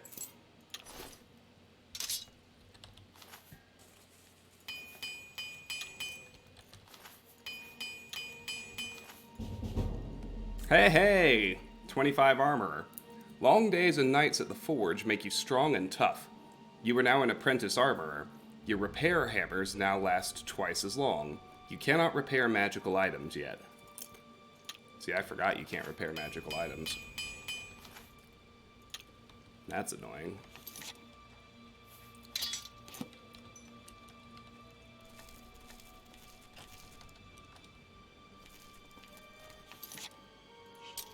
Heavy armor's at 27, blades at 42.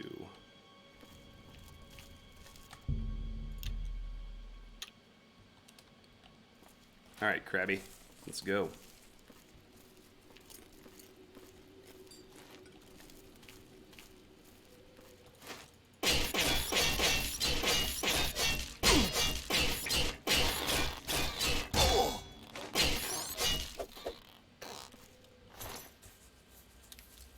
Take it all.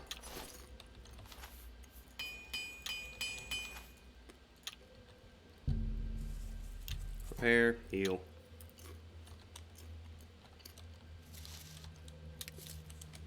Karen bullets. My goodness. Got him. Dead things. Cheap wine. Gold.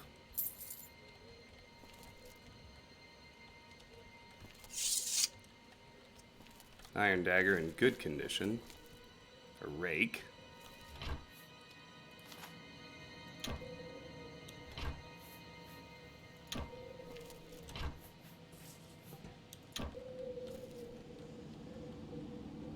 Look down here, we got skeletons and rats.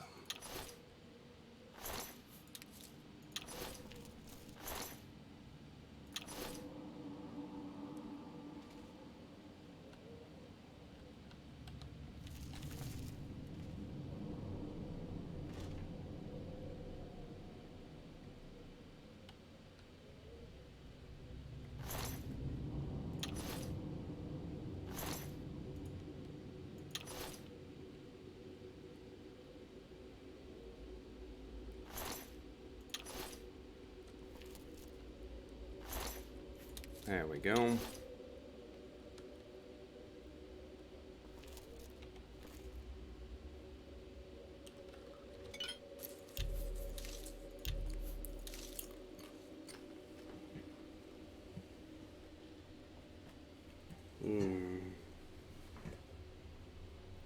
I mean, make the potion, of course.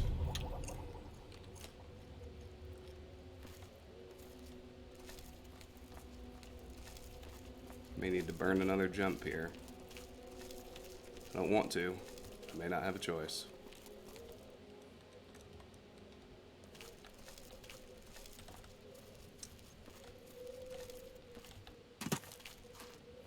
There. Got it. There's a bedroll here. And an average locked chest. This one could be tough. I don't want to lose any picks.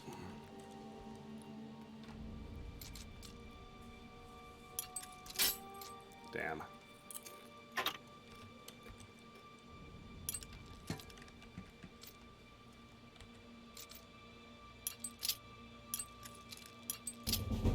Security in the 9. 12 gold. Yeah, and I think... Oh, I almost missed these mushrooms. Goodness.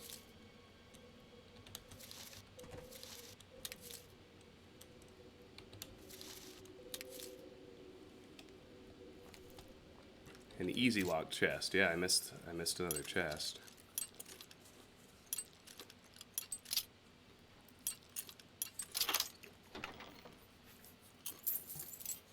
Arrows. Wow, with the arrows, I'm over encumbered. Amazing. What can I get rid of?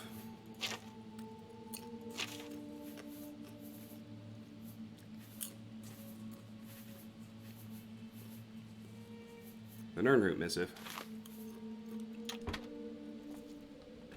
Very nice. Alright, now I need to go offload something, somewhere.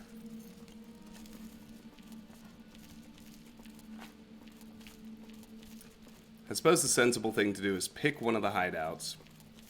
I think Frostcrag Spire makes the most sense, because it'll get me enchanting and spell making early.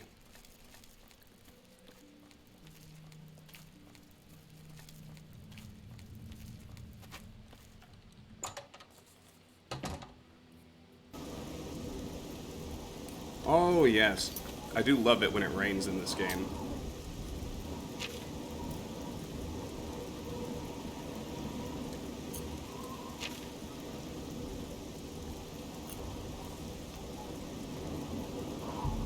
Travel to Frostcrag Spire? Yeah, I think I will.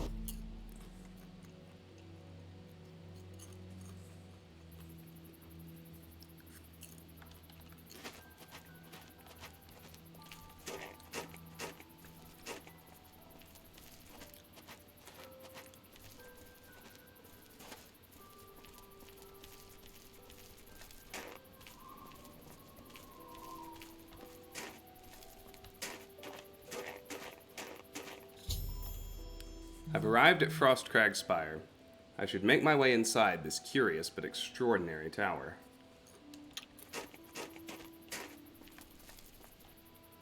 Metal door to Frostcrag Spire main level. Needs a key. Door opened with Frostcrag Spire key.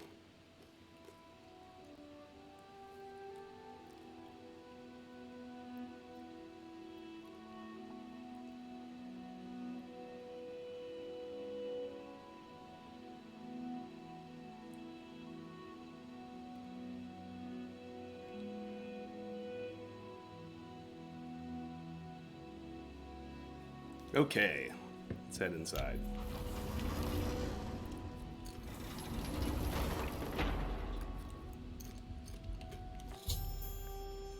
I've discovered a dusty tome within Frostcrag Spire. I should read it to learn more about this unusual structure. Frostcrag Spire Memoirs. After reading the dusty tome, I've learned that I can purchase everything I need to restore this place to its former glory from our Linway at the Mystic Emporium in the Market District of the Imperial City. As I pen this, I gaze upon the walls of my home and remember the very day its design came to fruition. Although it seems like yesterday, it was actually many years ago. I was an impetuous wizard. I wasn't simply satisfied living at the Arcane University. I spent years coming up with a design for my home. A place where I could practice my magic in peace and keep myself away from the prying eyes of my colleagues. I pored over tomes and dusty scrolls, scoured the bookshops of the land, and even delved into ancient ruins looking for inspiration. Finally, as I rested my weary body at a camp outside of Bruma, and marveled in awe at the majesty of the Gerald Mountains, I became inspired. Like a madman, I began to sketch exactly what I wanted my grand dwelling to look like. It wasn't long before I had completed my masterpiece, put down my quill, and took a step back to see what I had wrought. Frostcrag Spire was born. And now, as age overwhelms me and the glow is dying from my eyes, I wish to give the spire to you. The thought that my dream could one day crumble to ruin fills me with sadness. I know that you'll take care of your new home, and if need be, restore it to its former glory. Please heed my instructions carefully. There's much to tell, and the strength drains from my limbs. Frostcrag Spire contains many wonderful inventions. I've spent my whole life perfecting them, and I hope you'll put them to good use. My pride and joy is the Atronach altar. By bringing 3 salts from the very same creatures to this altar, you can summon an Atronach familiar to do your bidding. It will obey your simple commands and defend you in times of need. Should you tire of it, simply speak to it and dismiss it. These fine creatures have protected me in my travels and should be of great use to you.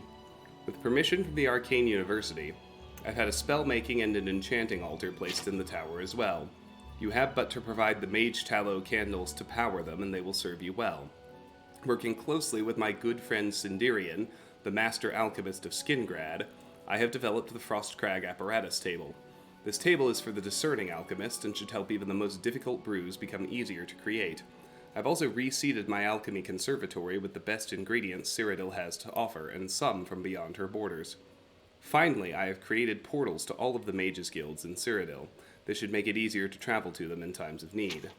I've entrusted most of my belongings to our Linway at the Mystic Emporium in the Market District of the Imperial City. There you'll find everything you need to bring Frostcrag Spire back from the dead. She may require compensation for her time and care watching these special items, but I assure you it's well worth the coin. Please, take care of Frostcrag Spire. She was my home, and much of myself is infused with the stone and mortar. May your journeys be safe, and the roads you travel free of danger. Alright.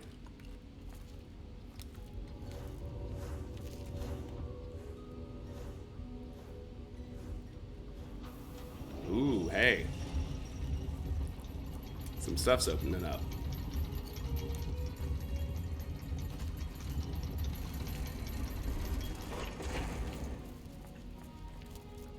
Portal to Frostcrag Spire living area. Portal to Frostcrag Spire vault.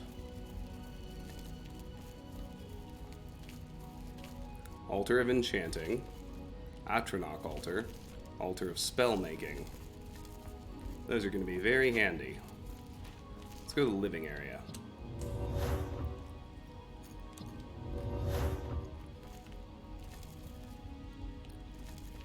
The Gerald Mountains.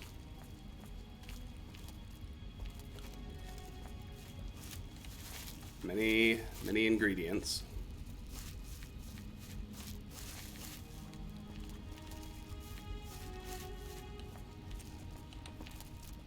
I can't jump. Get up there.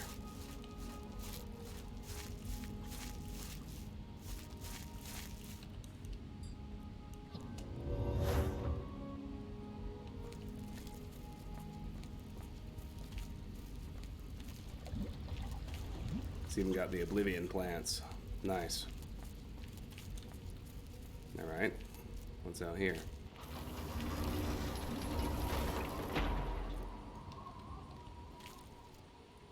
Skingrad, Anvil, Bruma, Kvatch, Arcane City, Cheydinhal, Leowen, Coral, and Bravil Mages Guilds.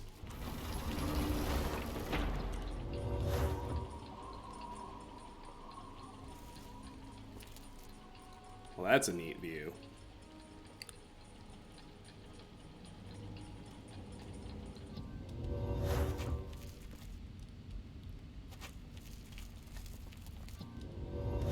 Show me my vault.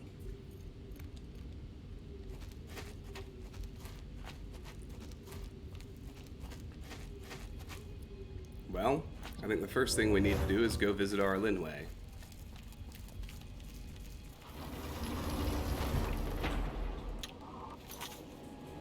Let's go to the Market District and the Mystic Emporium.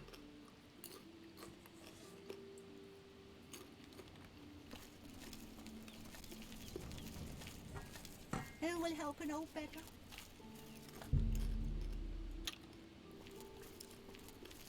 Need about 10 minutes. The only thing I really want to do now is buy a container. If she'll sell one. So I can leave some stuff in there safely.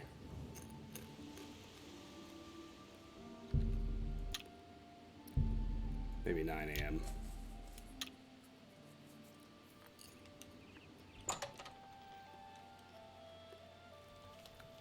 How delightful. Welcome. What's going on with you? There she is. What do you want? Only quality goods for sale here. What can I interest you in? I mean, have a damage fatigue potion. Why not? Mercantile increased. Yay! You can have these lockpicks too. Forte giggles.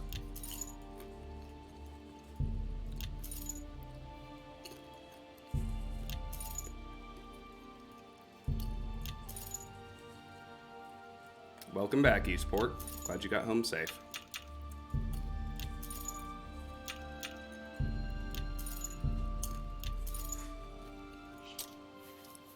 All right.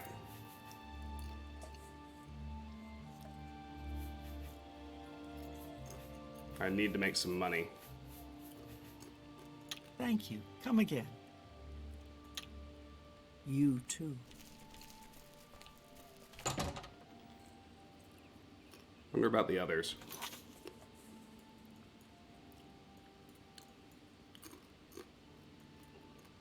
Dunbarrow Cove. I want one I can just use. It would appear that there is a cave that leads under Castle Anvil. The rumors indicate that Dunbarrow Cove may be located under the castle itself. I should head into the cave.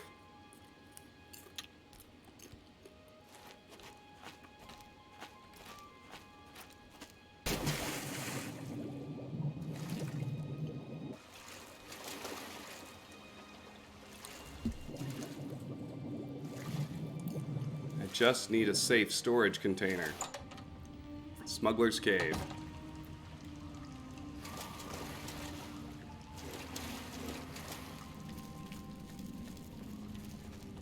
Dunbarrow Cove. I followed the rumors and found Dunbarrow Cove and the remains of the Black Flag. However, the caverns are overrun by the skeletons of the pirates who perished here. I'll have to put them all to rest before I can begin to refit the cove. Well, okay then. Not doing that either. And I can't lift a siege.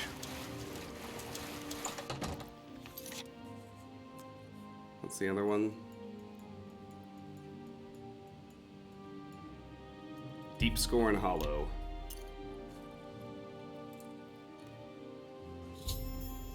I've arrived at Deep Scorn Hollow. I should make my way inside this hidden lair.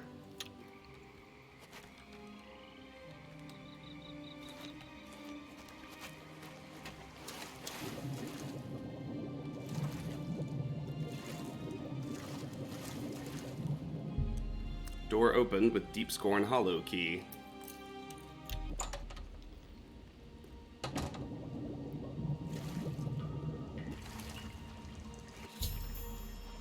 I've discovered a long-forgotten journal within Deep Scorn Lair. I should read it to learn more about this unusual structure.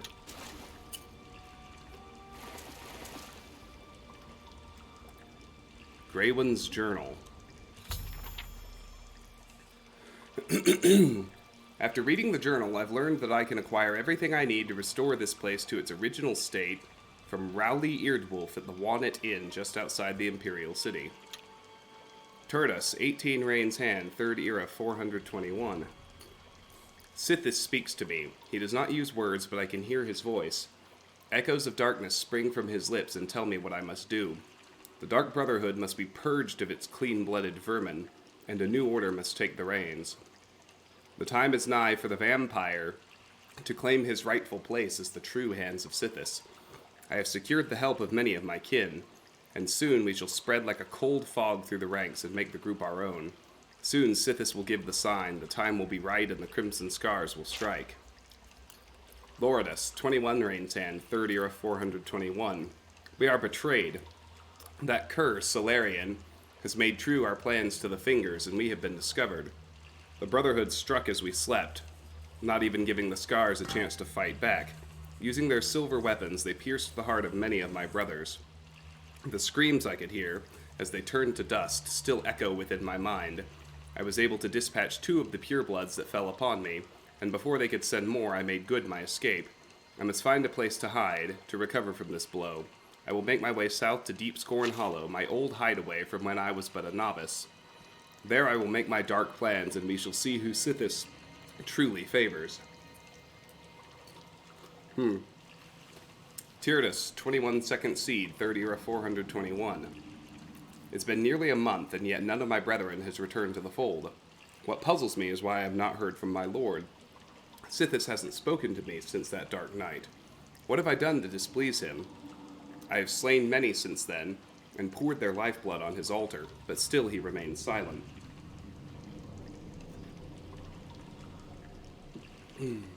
As I ponder this, I turn my attentions to the lair. Deep Scorn Hollow will rise as the new headquarters of the Crimson Scars.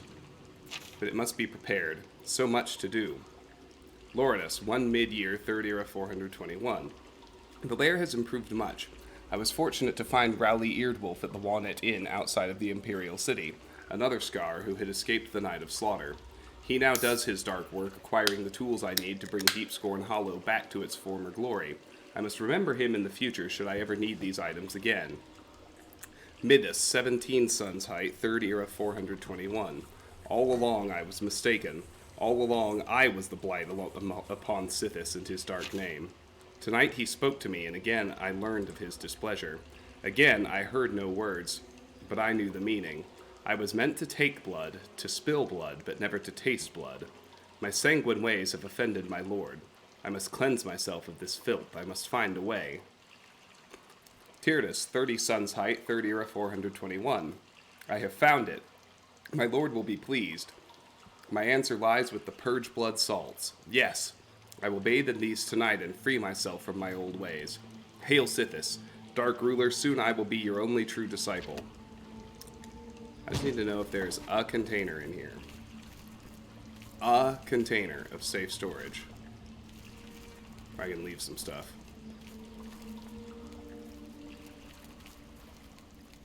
Wooden door to Deep Scorn Cloister.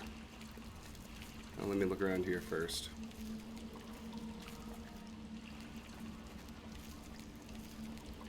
Shovel. Yes! Victim's loot chest. Now, I need to make sure this is safe storage.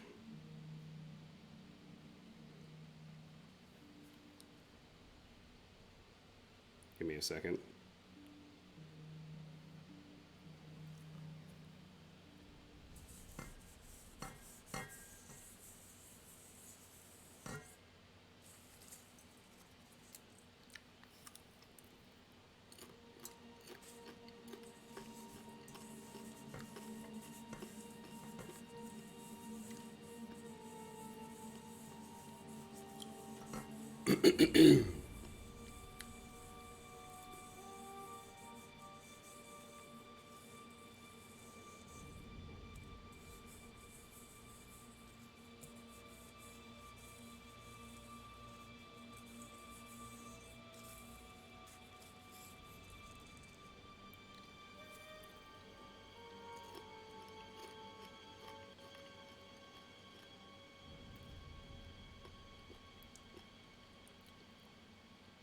Let me see. Houses.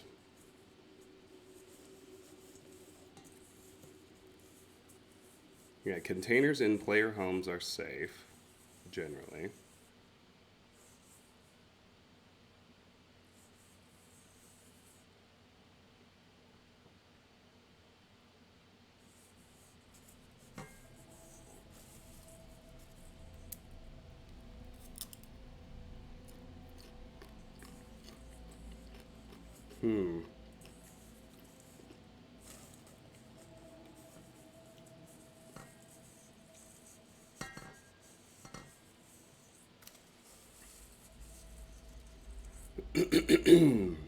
Interesting. Yes, I think it works.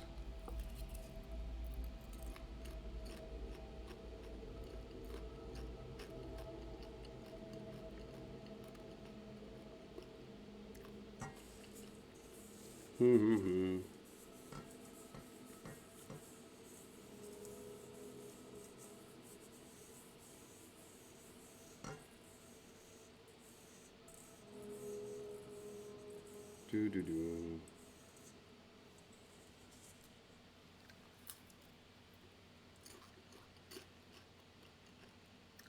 All right, yeah, I think that'll work. So, let's put in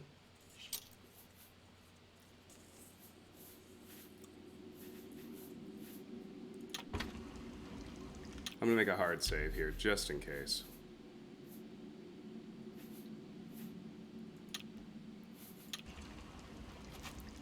No, that's actually a special container. It'll reset and have things added to it. Let's check the cloister.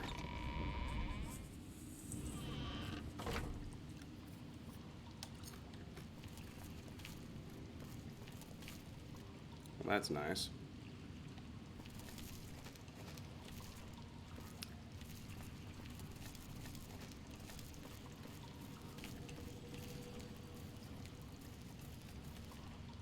There's definitely some neat looking stuff in here.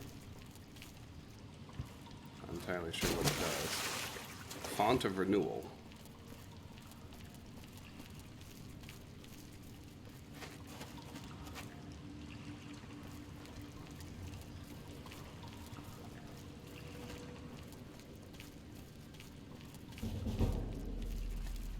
Deep Scorn Bastion. Trapdoor to Topal Bay. That goes outside.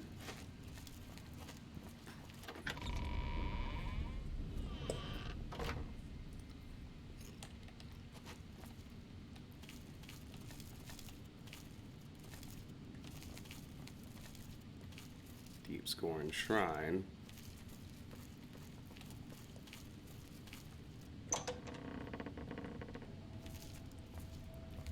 Well, there is a functional bed here.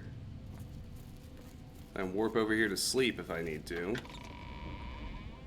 Not have to worry about any enemies.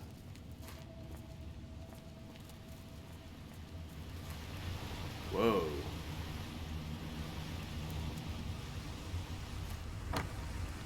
Hail Sithis.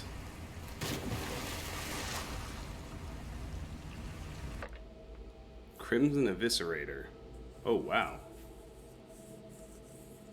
Absorb strength, damage health, damage magicka, and weakness to poison on strike.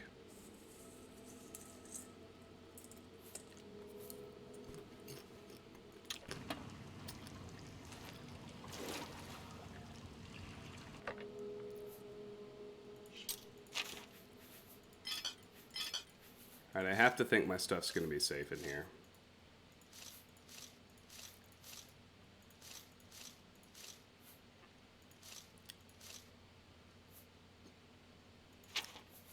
And leave all my arrows behind, too.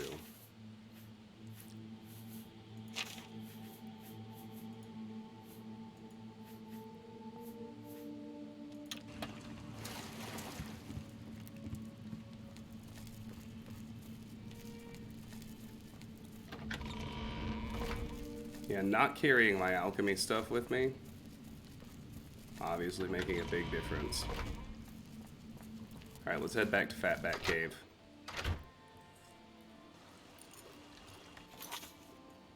Get back to the dungeon at hand. Alright, Alex. Thanks for coming by. Congrats again on finishing your exams. More Oblivion in the future. Don't you worry.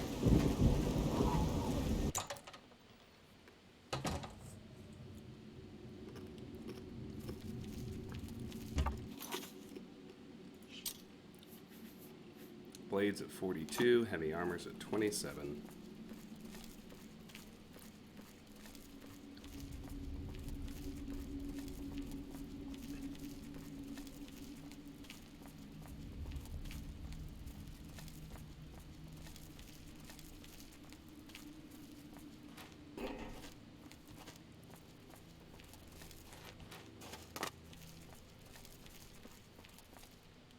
Fatback Great Chamber. Here we go.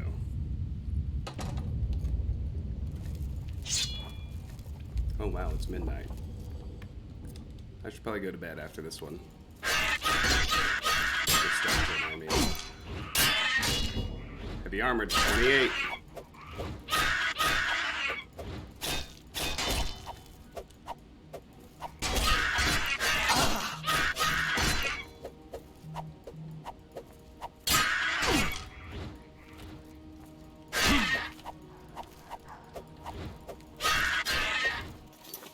Let's use a poison. That's what they're for.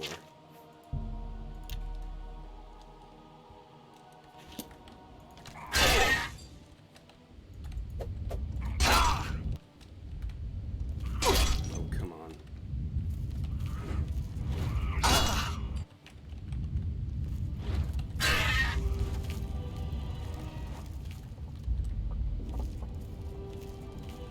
Get wrecked. Got him.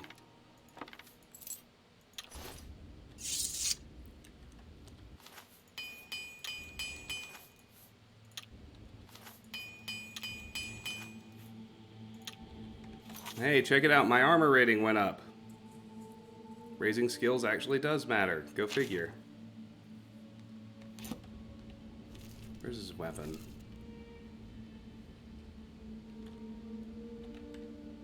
Should be able to repair his mace, too. Not that it'll make much difference.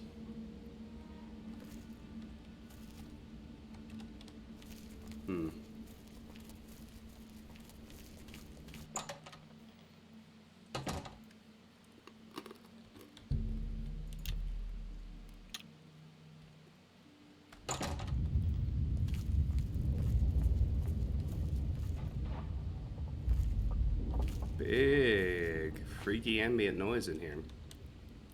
Easy locked stick fence gate. Let's check it out. Security to 10. A rat.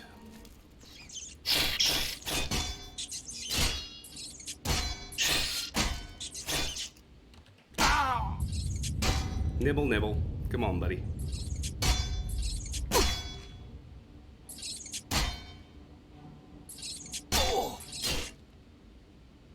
Got him.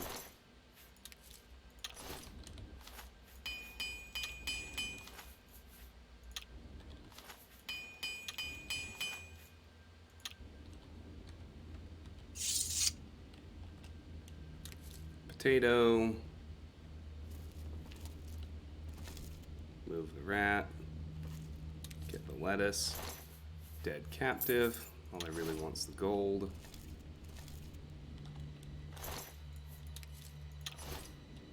Got bone meal.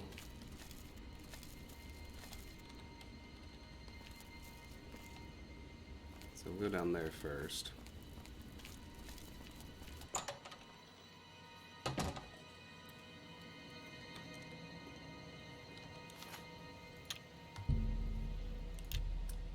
Let's wait a moment.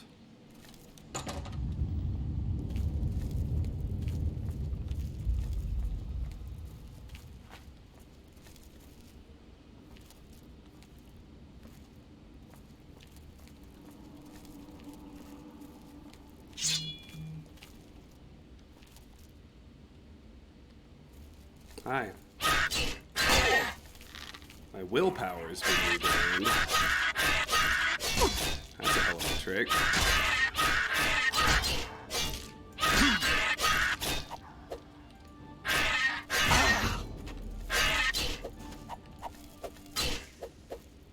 Heavy armor increased and blade increased.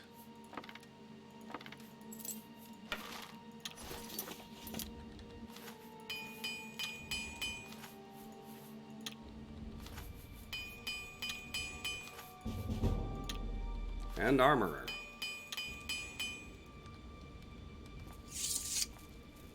Heavy armor, blade, and armor all just increased. That's delightful. I need to take a little break. I have a phone call to make. I'll be right back.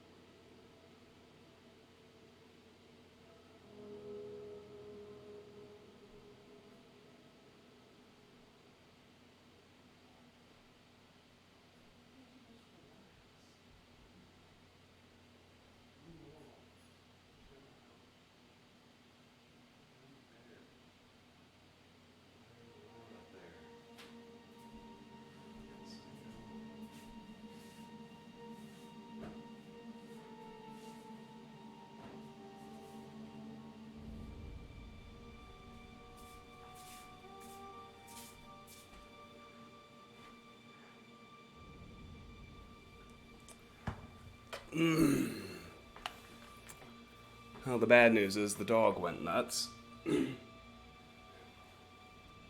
Chewed up a bath mat, and I think she actually swallowed one of my retainers, because it is gone.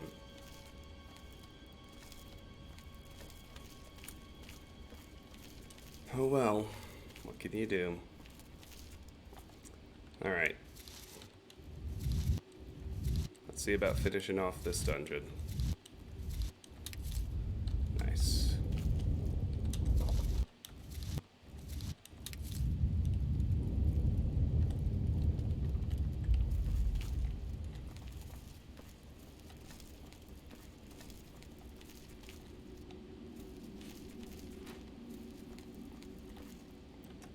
Chest. Gold in the lockpick.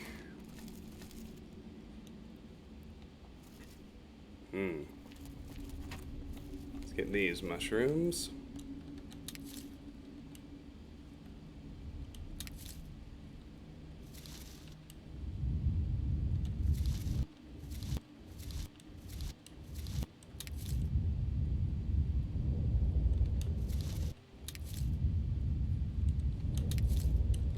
All right.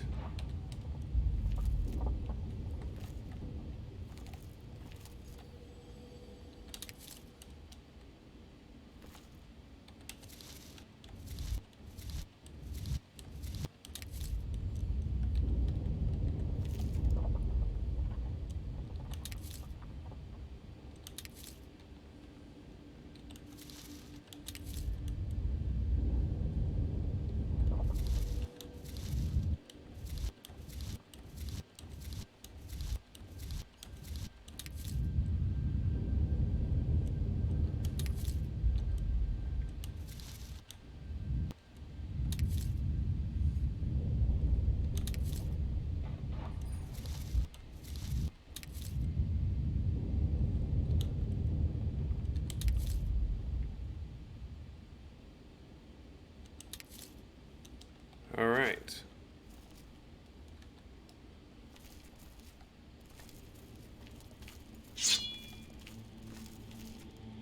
That feels like forward. High River. I'm pretty mad at you for eating my retainer. You have no idea what a pain in the ass that is going to be to get replaced.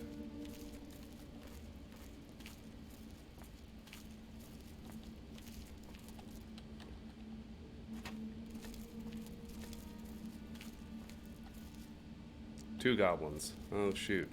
Only want one. I think I managed to only aggro one. Good.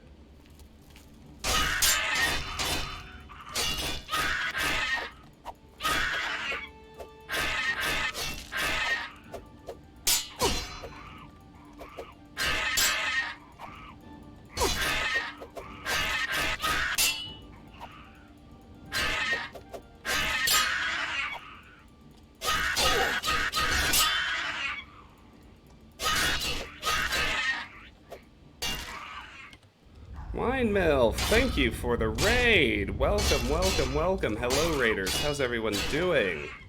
How was your stream tonight? What did you play? Iron short sword. Yawn. I keep thinking maybe eventually I'll find a better weapon than this steel short sword, but it hasn't happened yet. And to be fair, at level 1, it probably won't. And that's okay.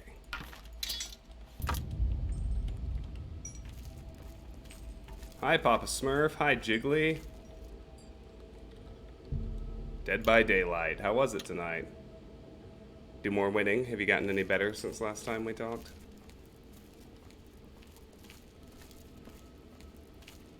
I believe there's another goblin in here. Let me check my skill levels. Yeah, heavy armor's at 29. Blades at 43.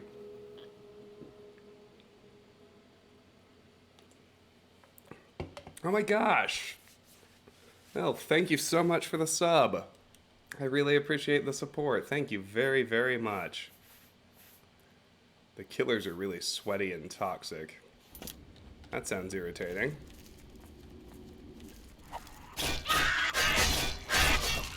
Unless I'm misunderstanding. There's another goblin in that room. Need to be careful not to aggro him.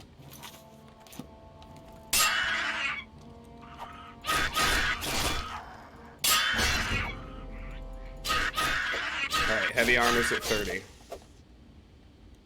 A rusty iron short sword. Even better.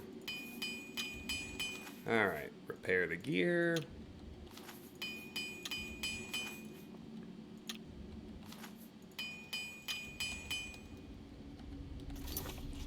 Need to take my armor off now, which is a shame because you can see my armor rating's gone up again. It's at 14. That's such is life. Switch our focus back to sneaking for a minute.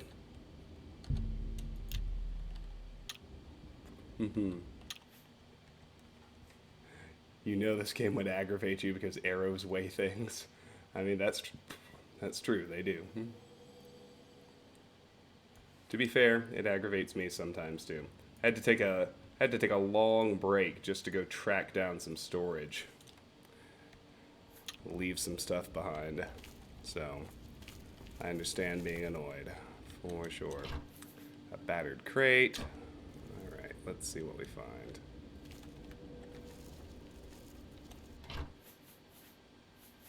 Calipers, the most legendary item in all of Oblivion. Leek, some rice. Carrot, cheese wedge.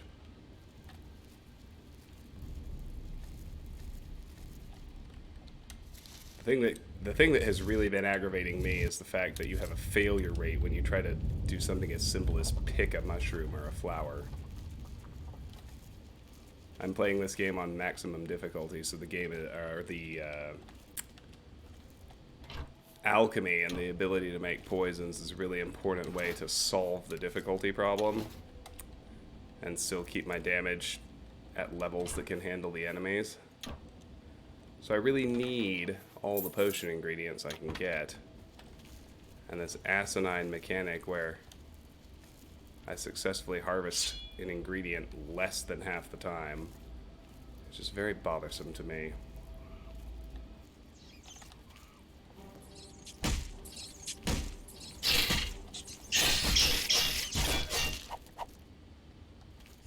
What's up, rat?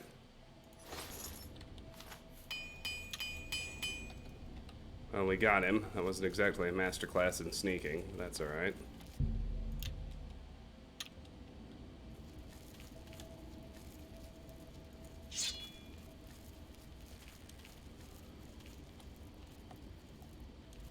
Change between difficulties? No, I know for a fact that the difficulty slider in this game only affects damage and nothing else.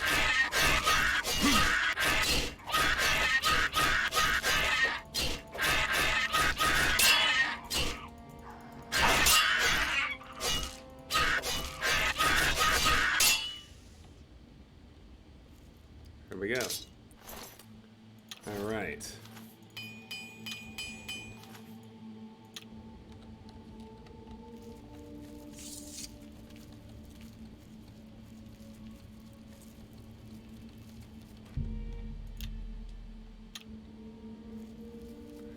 Yeah, well, and consecutive repairs became a lot easier when I got armor to apprentice rank.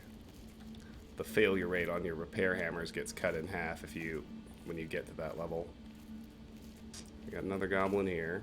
Let's deal with him. Oh, I thought I was gonna get the sneak attack. Sure seemed like it for a hot minute. Oh, he poisoned me. My strength is being drained. That's horrendous.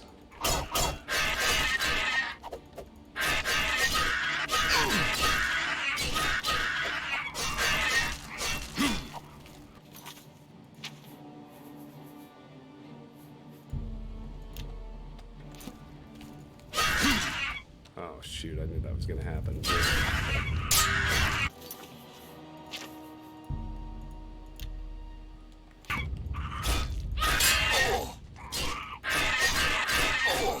Poisons, baby. That's how it's done. Wait for the strength drain to wear off. Make sure it actually wears off. It did. Good.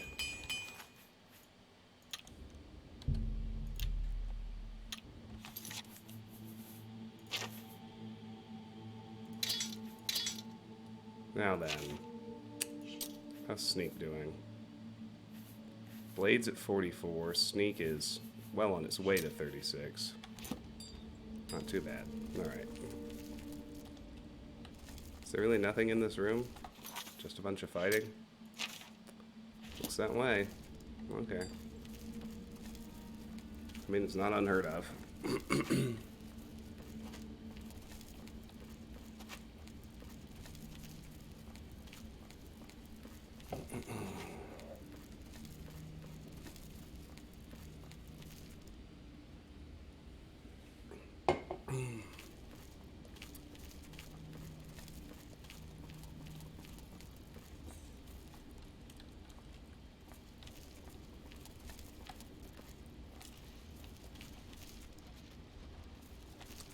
Falling log trap. And more mushroom harvesting. Yay.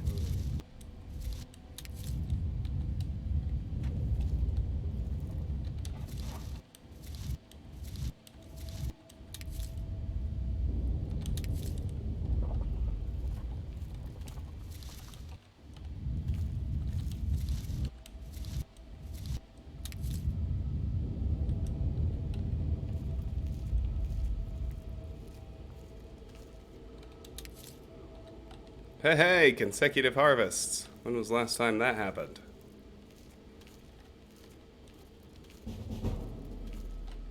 Sneak to 36. That's lovely.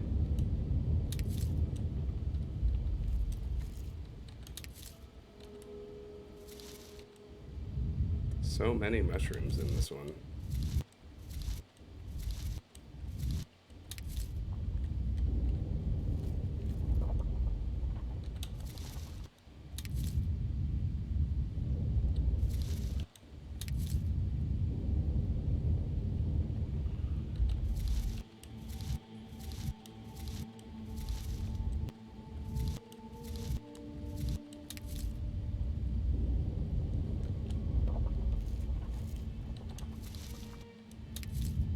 Odin is with us.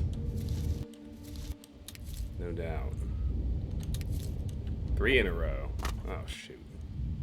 Buy a lotto ticket.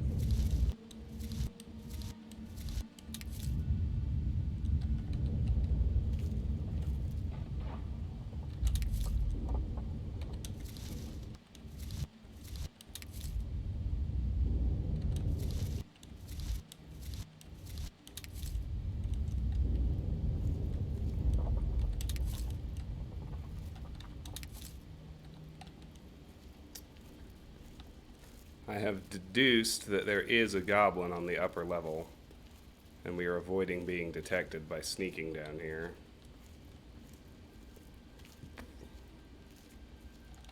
Try to get both of those? No, just the one.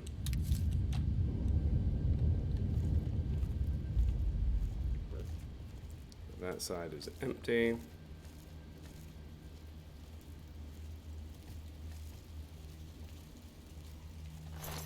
Something happened here.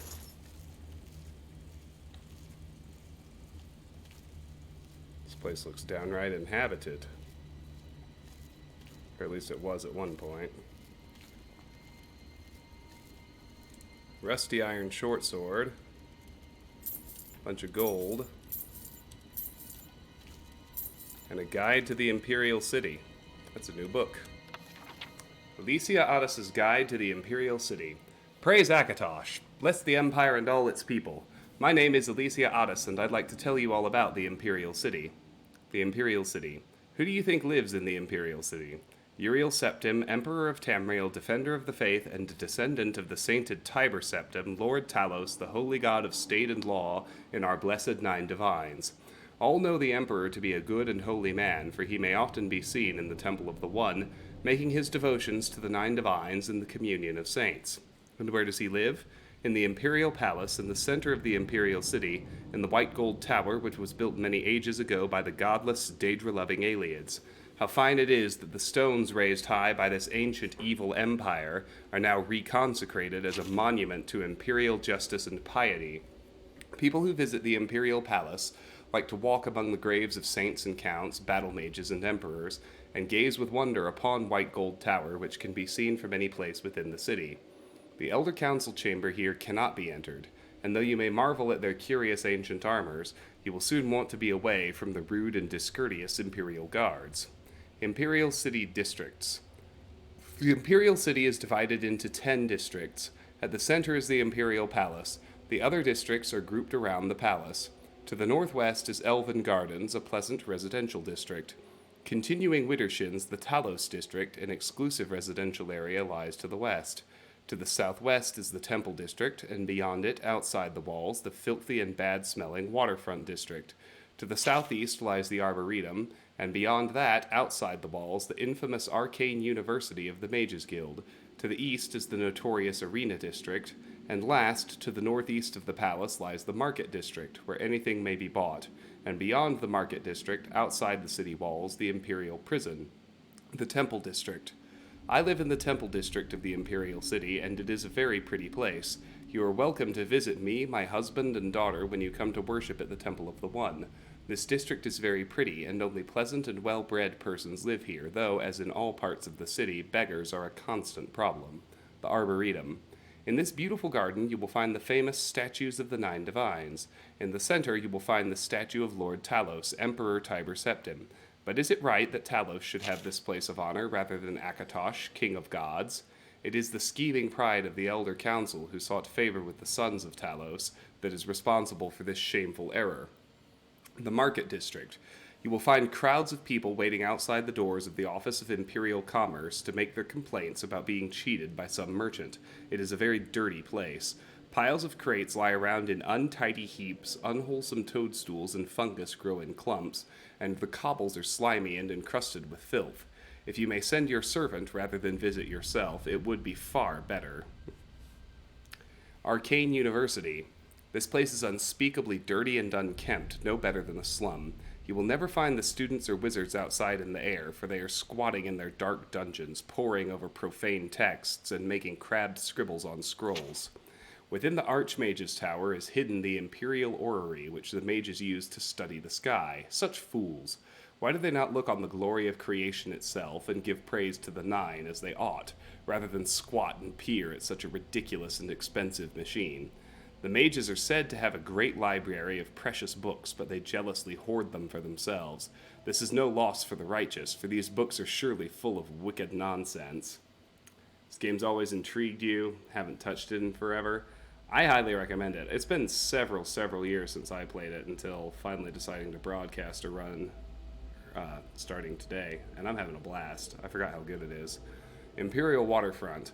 This is a terrible place. It is not uncommon to stumble over the bodies of women and children who have been murdered here. There are no more wicked and godless men in Tamriel than merchants and sailors, and they gather here to plot and cheat citizens of their hard-earned gold. Gambling and slaving and skooma-sucking and even more depraved activities take place in warehouses and ships here. And where are the city watch? Nowhere to be seen. Imperial Prison. The prisons are very cruel and horrible, damp and dirty, with chains and pincers and manacles and instruments of torture on every hand. But did I find any prisoners in these cells? No, for the watch is so lazy and careless that the cells are all empty. There are guards everywhere in the Imperial City. They travel in groups, for even they are afraid of the cruel bandits and thieves that lurk everywhere in the city. I do not know why they do not throw the impertinent beggars into prison. Criminals are so bold as to introduce themselves to you on the street. One outlaw was so brazen as to boast that he had stolen his weapons and armor from the Imperial prison. How careless and idle these watchmen must be to allow this.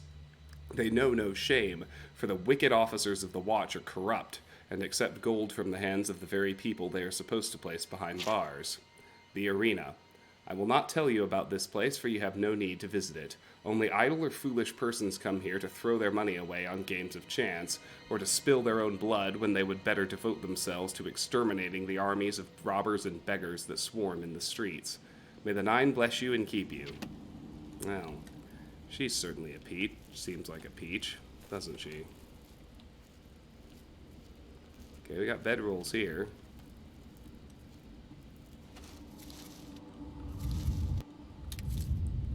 The actual waterfront, I know. It's all in the eye of the beholder.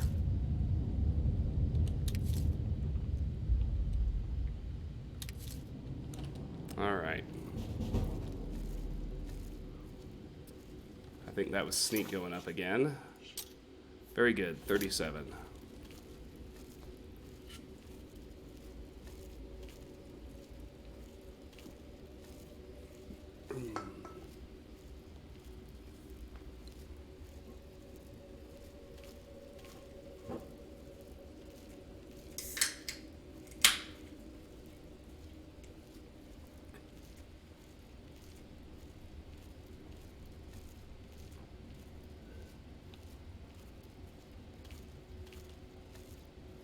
Alright, let's head back this way.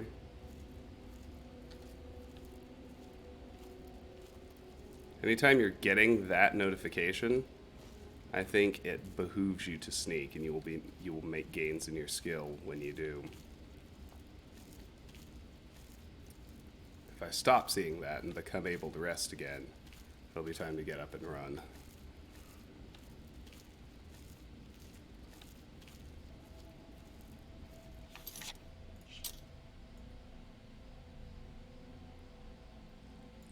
Yep, alright, time to head up a level.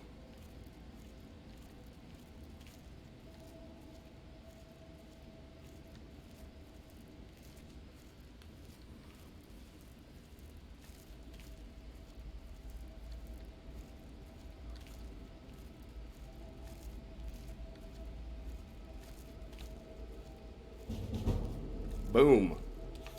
Sneak to 38.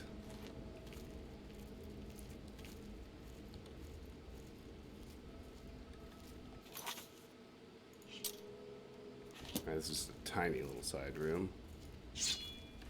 We got goblins, though. 2 of them.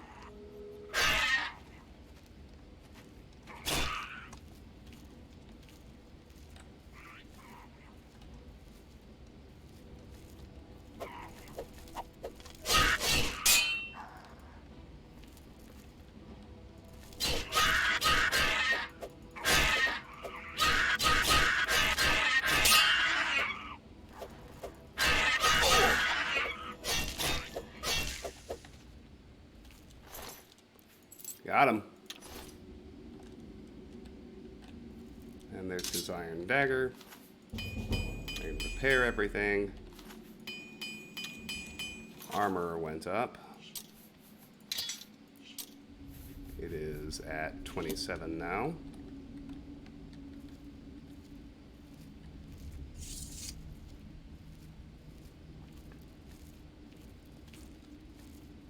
I want to back off and heal up.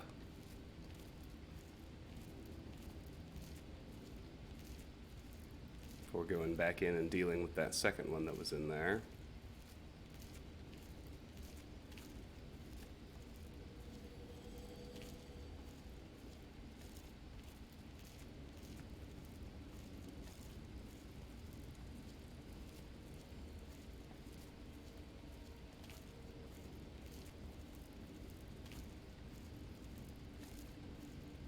Yeah, Papa Smurf, have you played Skyrim?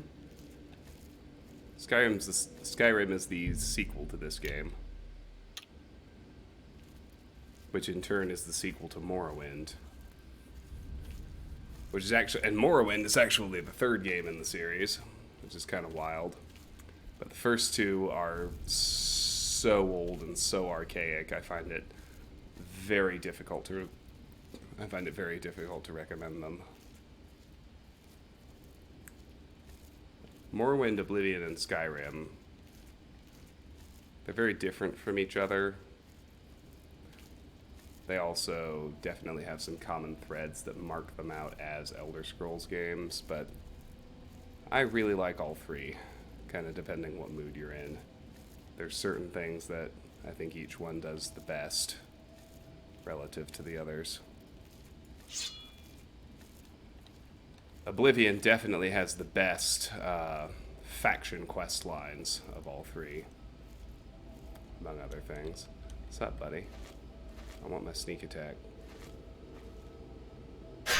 Got it!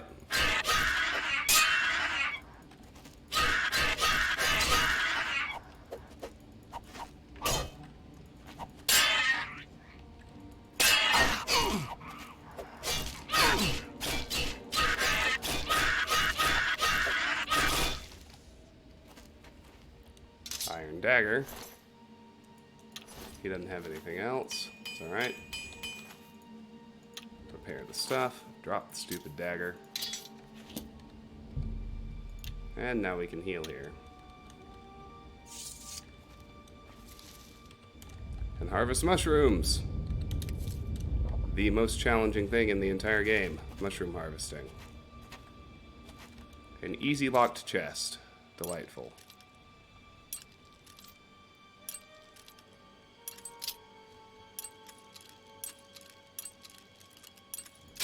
Damn. I fucked up. I fucked up the easy lock.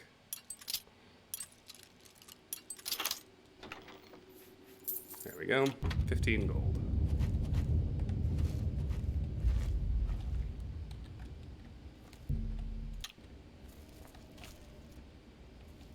More wisp stalks.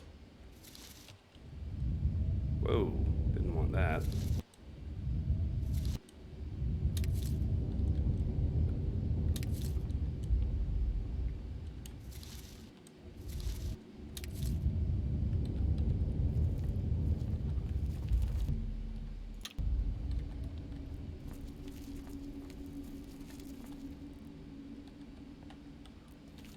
Time to sneak again. Got a goblin here. I see a mud crab across the way. Go for the goblin first. I see two goblins. And a mud crab. Sneak is now at 39.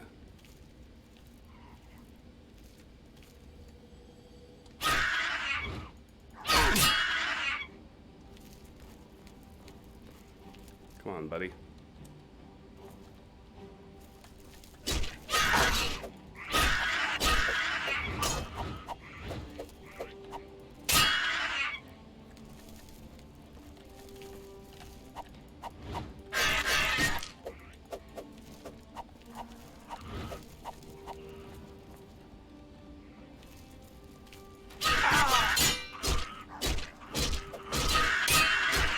Oh, that did not go well.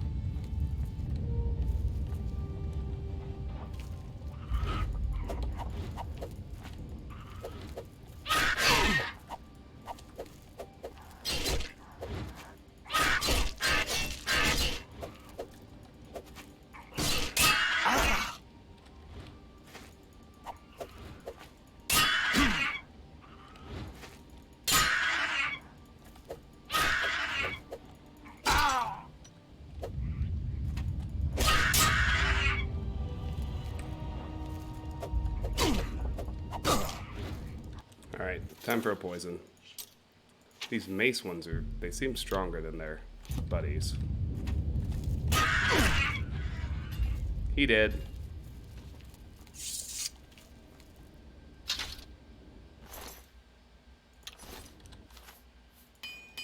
I guess they are the heaviest, most damaging weapons, so that actually makes perfect sense, doesn't it?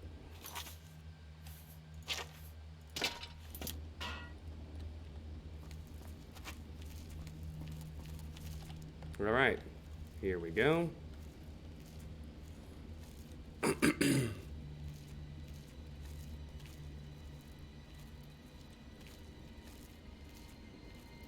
I see three more goblins. Plus the mud crab over there.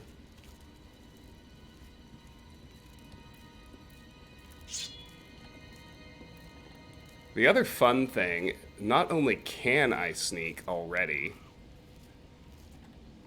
with sneak just approaching 40, I'm noticing myself getting better at it.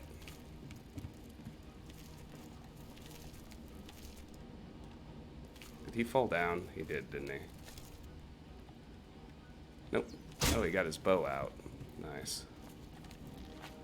Then I fell down.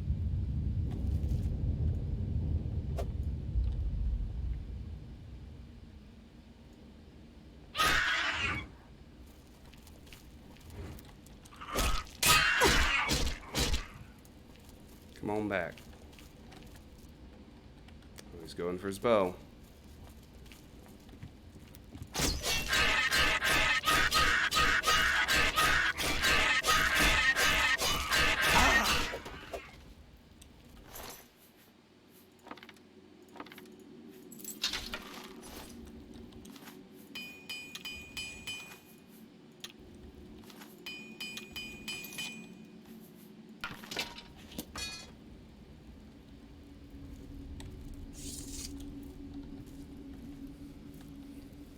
A ripped Asian helicopter parent.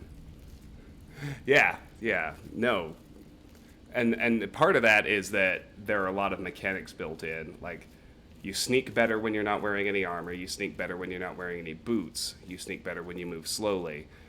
You sneak better in the dark. I'm doing all of these things. It's just all the mechanics actually work correctly in Oblivion.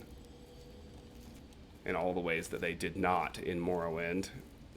So you don't have to grind sneak. You can actually organically level it by sneaking around. It's pretty amazing.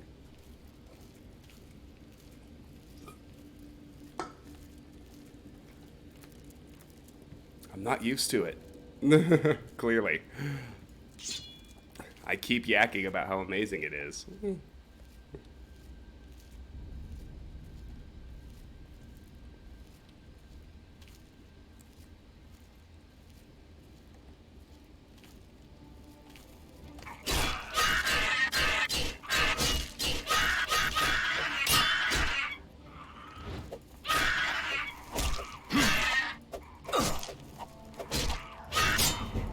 Hey, blade went up. Nice, nice. Alright, we need a poison. This guy's about to kill me. Get dead. Oh well.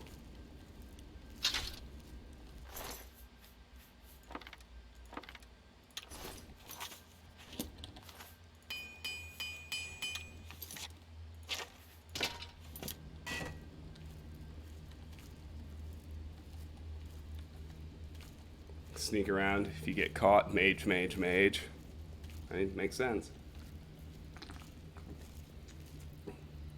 I'll do that eventually. At these low levels, so far I've mostly been able to survive in actual melee. When it gets dicey, I can poison something and it'll go down. My endgame strategy is basically going to be super beefy summons, twinned with amazing poisons and weapon enchantments. Because I'll have very heavily fortified magicka. Alright. Onward.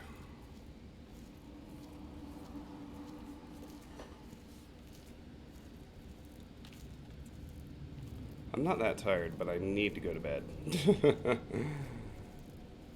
I'm wanting to do it after I finish this dungeon. This dungeon just keeps getting longer.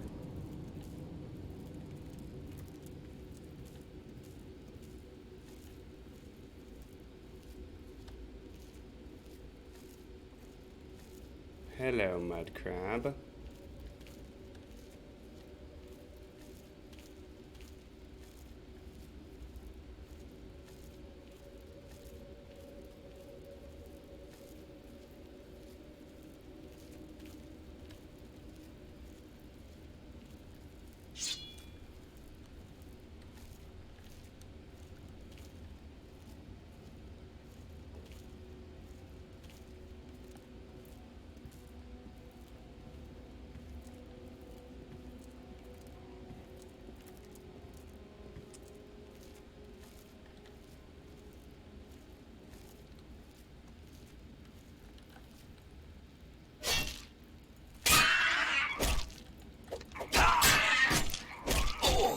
Ooh.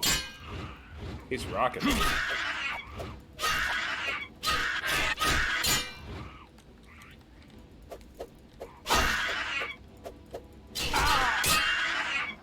Yeah, I need to poison him.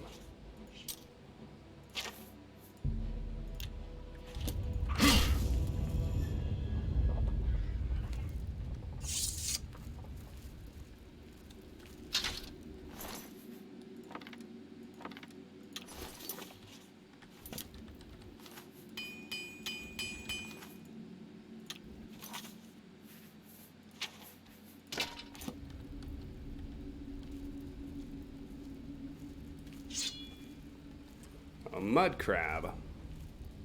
I think I can kill, especially if I roll up on it and get the sneak attack.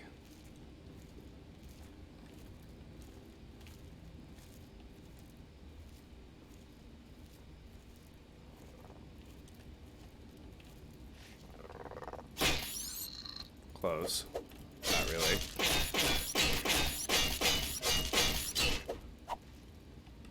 He died, though. Pretty hard. Very good. That's what I figured was going to happen. Alright. After all that, we're down to one tunnel to continue forward.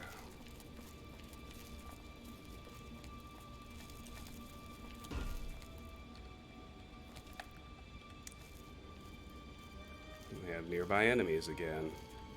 It's a rat! And a goblin. Oh boy. I just killed myself. That is not ideal.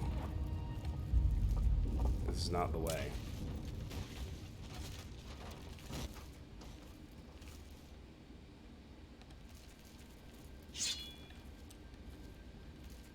I know I can bag the rat. Sneaks at 40 if I manage the sneak attack.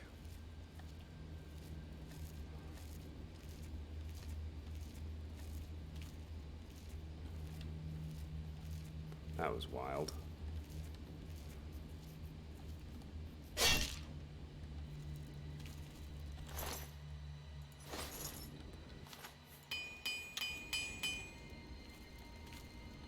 Not to put too fine a point on it, but we've already come a very long way since the tutorial.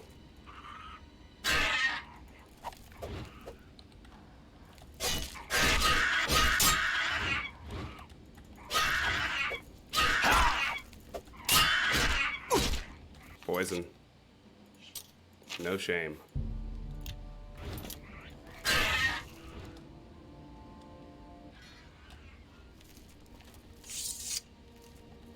What they're for. Using them. I mean, I'm practically drowning in wisp stalks now. I just need to find a way to make other poisons. I anticipate my poison supply is going to go up pretty dramatically pretty soon. Chest. Potions. It's fine. Third zone? Third zone. Fatback deep basins. Alright. It's in here.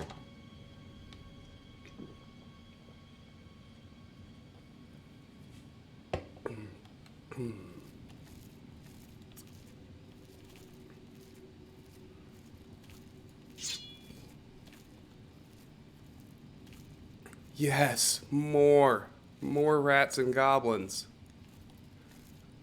I believe it's also true that your rate of sneak experience gain goes up if you're successfully sneaking multiple AIs like I was just then.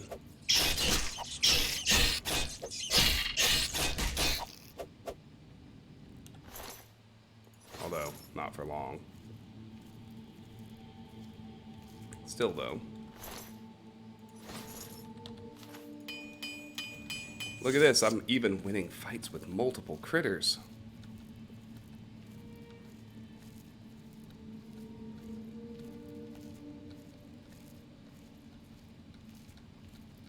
back up before I try to take on that goblin.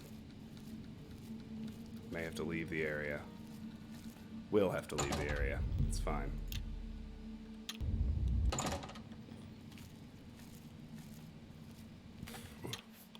Let's do a hard save. It's been a while. Feels important. Hi there, buddy.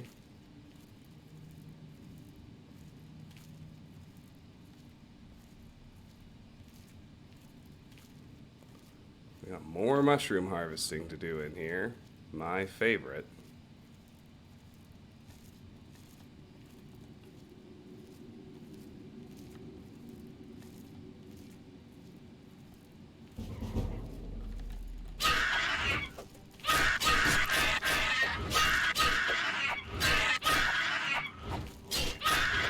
That should be 41 sneak, I think.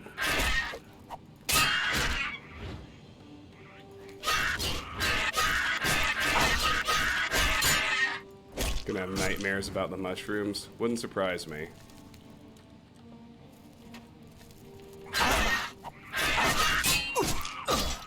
Yep, let's poison him. No point senselessly taking risks. Let's just poison him and be done with it.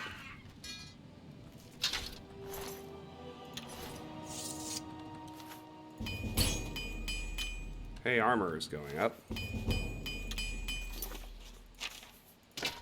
Alright, so sneaks at 41, armor is at 28.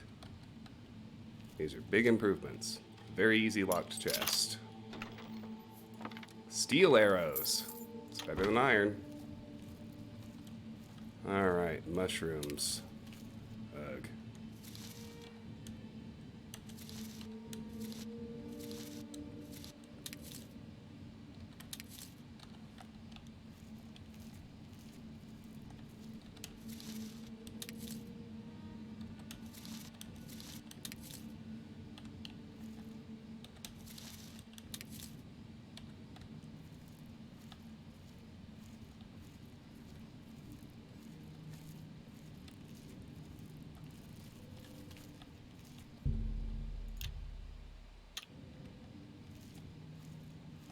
Alright, 3 ways to go.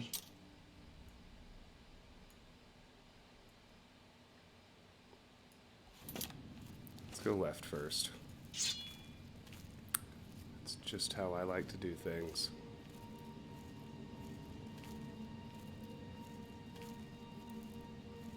If this takes much longer, I'm just going to have to quit in the middle of the dungeon.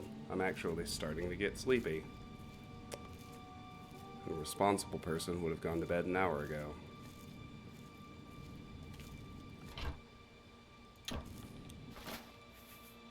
Cheese wedge, lettuce, potato.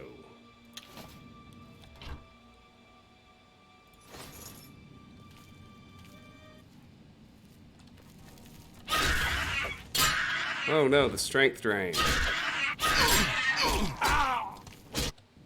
You don't get to use poisons, that's illegal.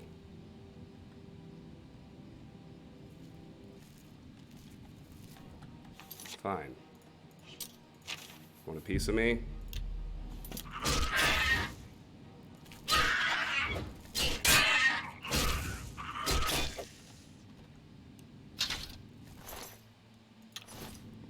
Wait for it to wear off.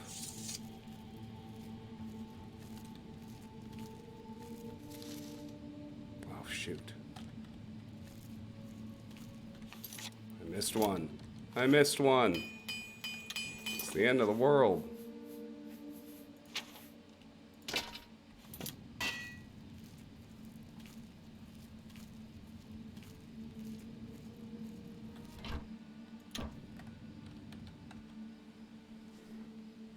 I'm not even kidding. I'm gonna do it. Karen Billette cap.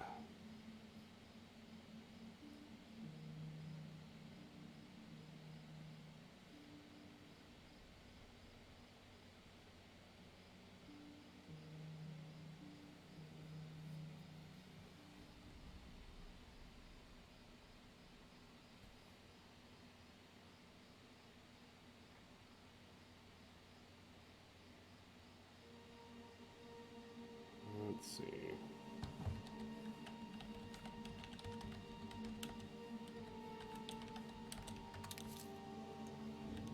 How do you like them apples? Mistake fixed.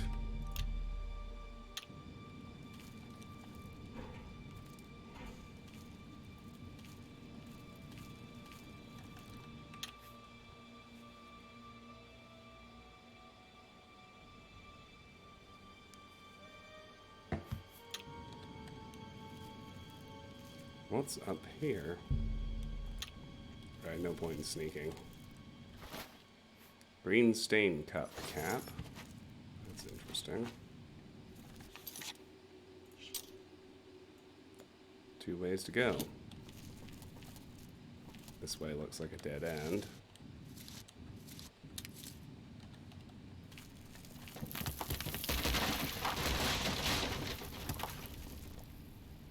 It is. There's the signal. Although the rocks forgot to fall.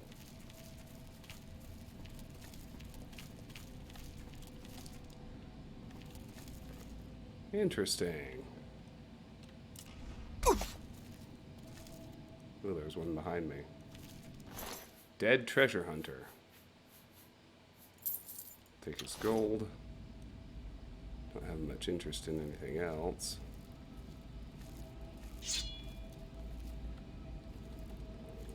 Got a rat over here.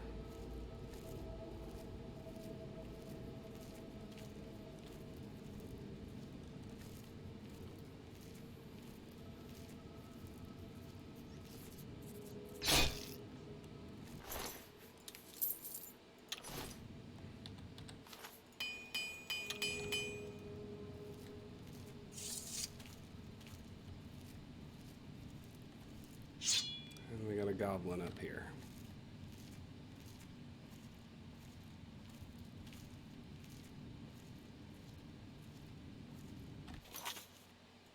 Oh boy.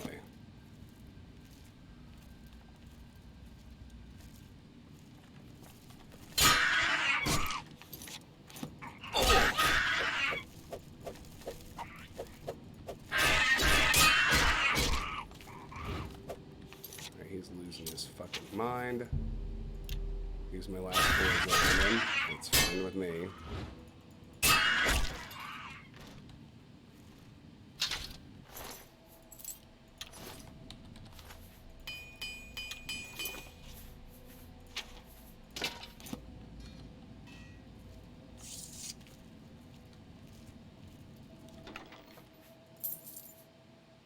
Iron short sword. No thanks.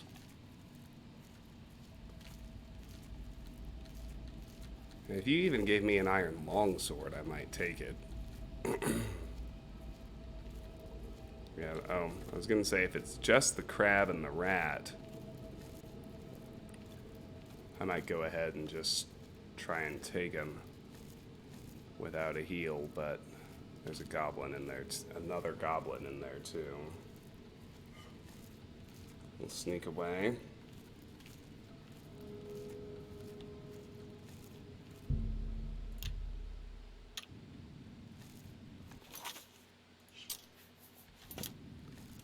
Sneak's approaching 42. This is good.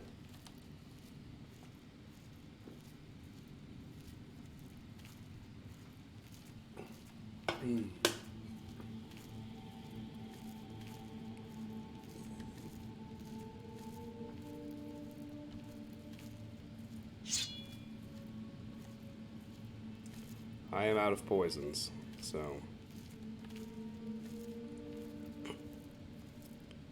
there are 2 crabs and a rat down here. That's 42 sneak. It looks like a boss goblin up there, so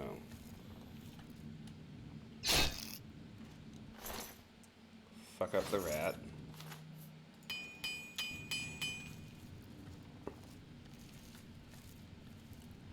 Fuck up the first crab.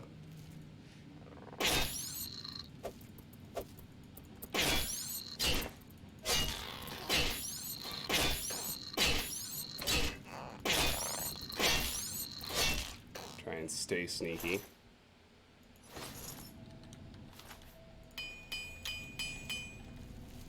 Go fuck up the second crab. It's Still trying to stay sneaky.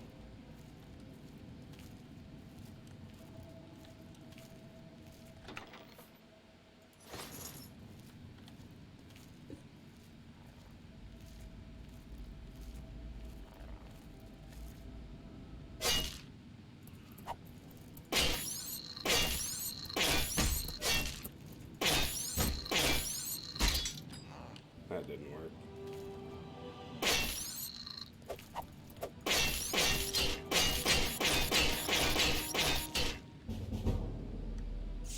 Blade increased. We're still undetected. So blade's at 46. Weapon damage is still at 4. Alright. We'll see just how tough this boss goblin is acting.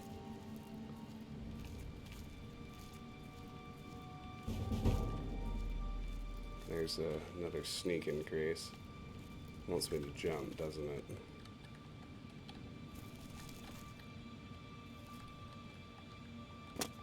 Mm-hmm.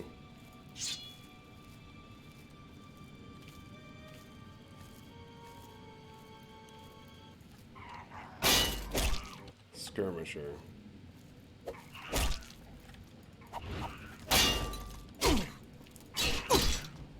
Big trouble is the answer.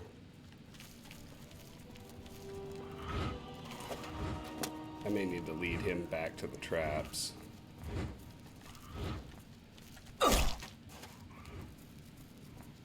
See if I can't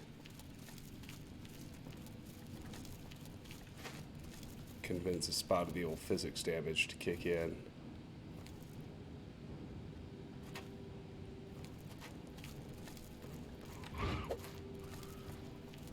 At least for him to go a little idiot mode. Ow! Big oof.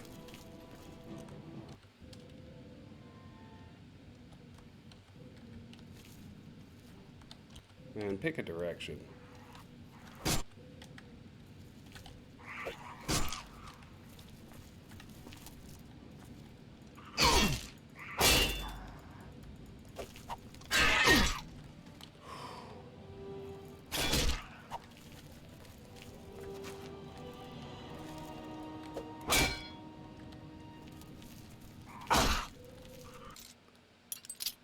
But hear me out. What if there's a better weapon in the chest?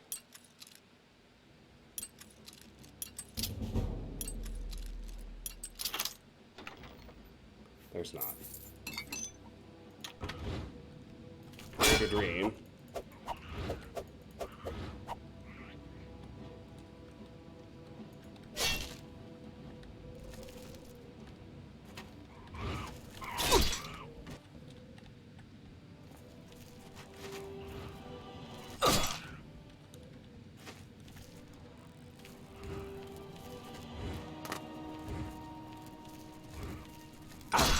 Wow, he's fast. Top of everything else.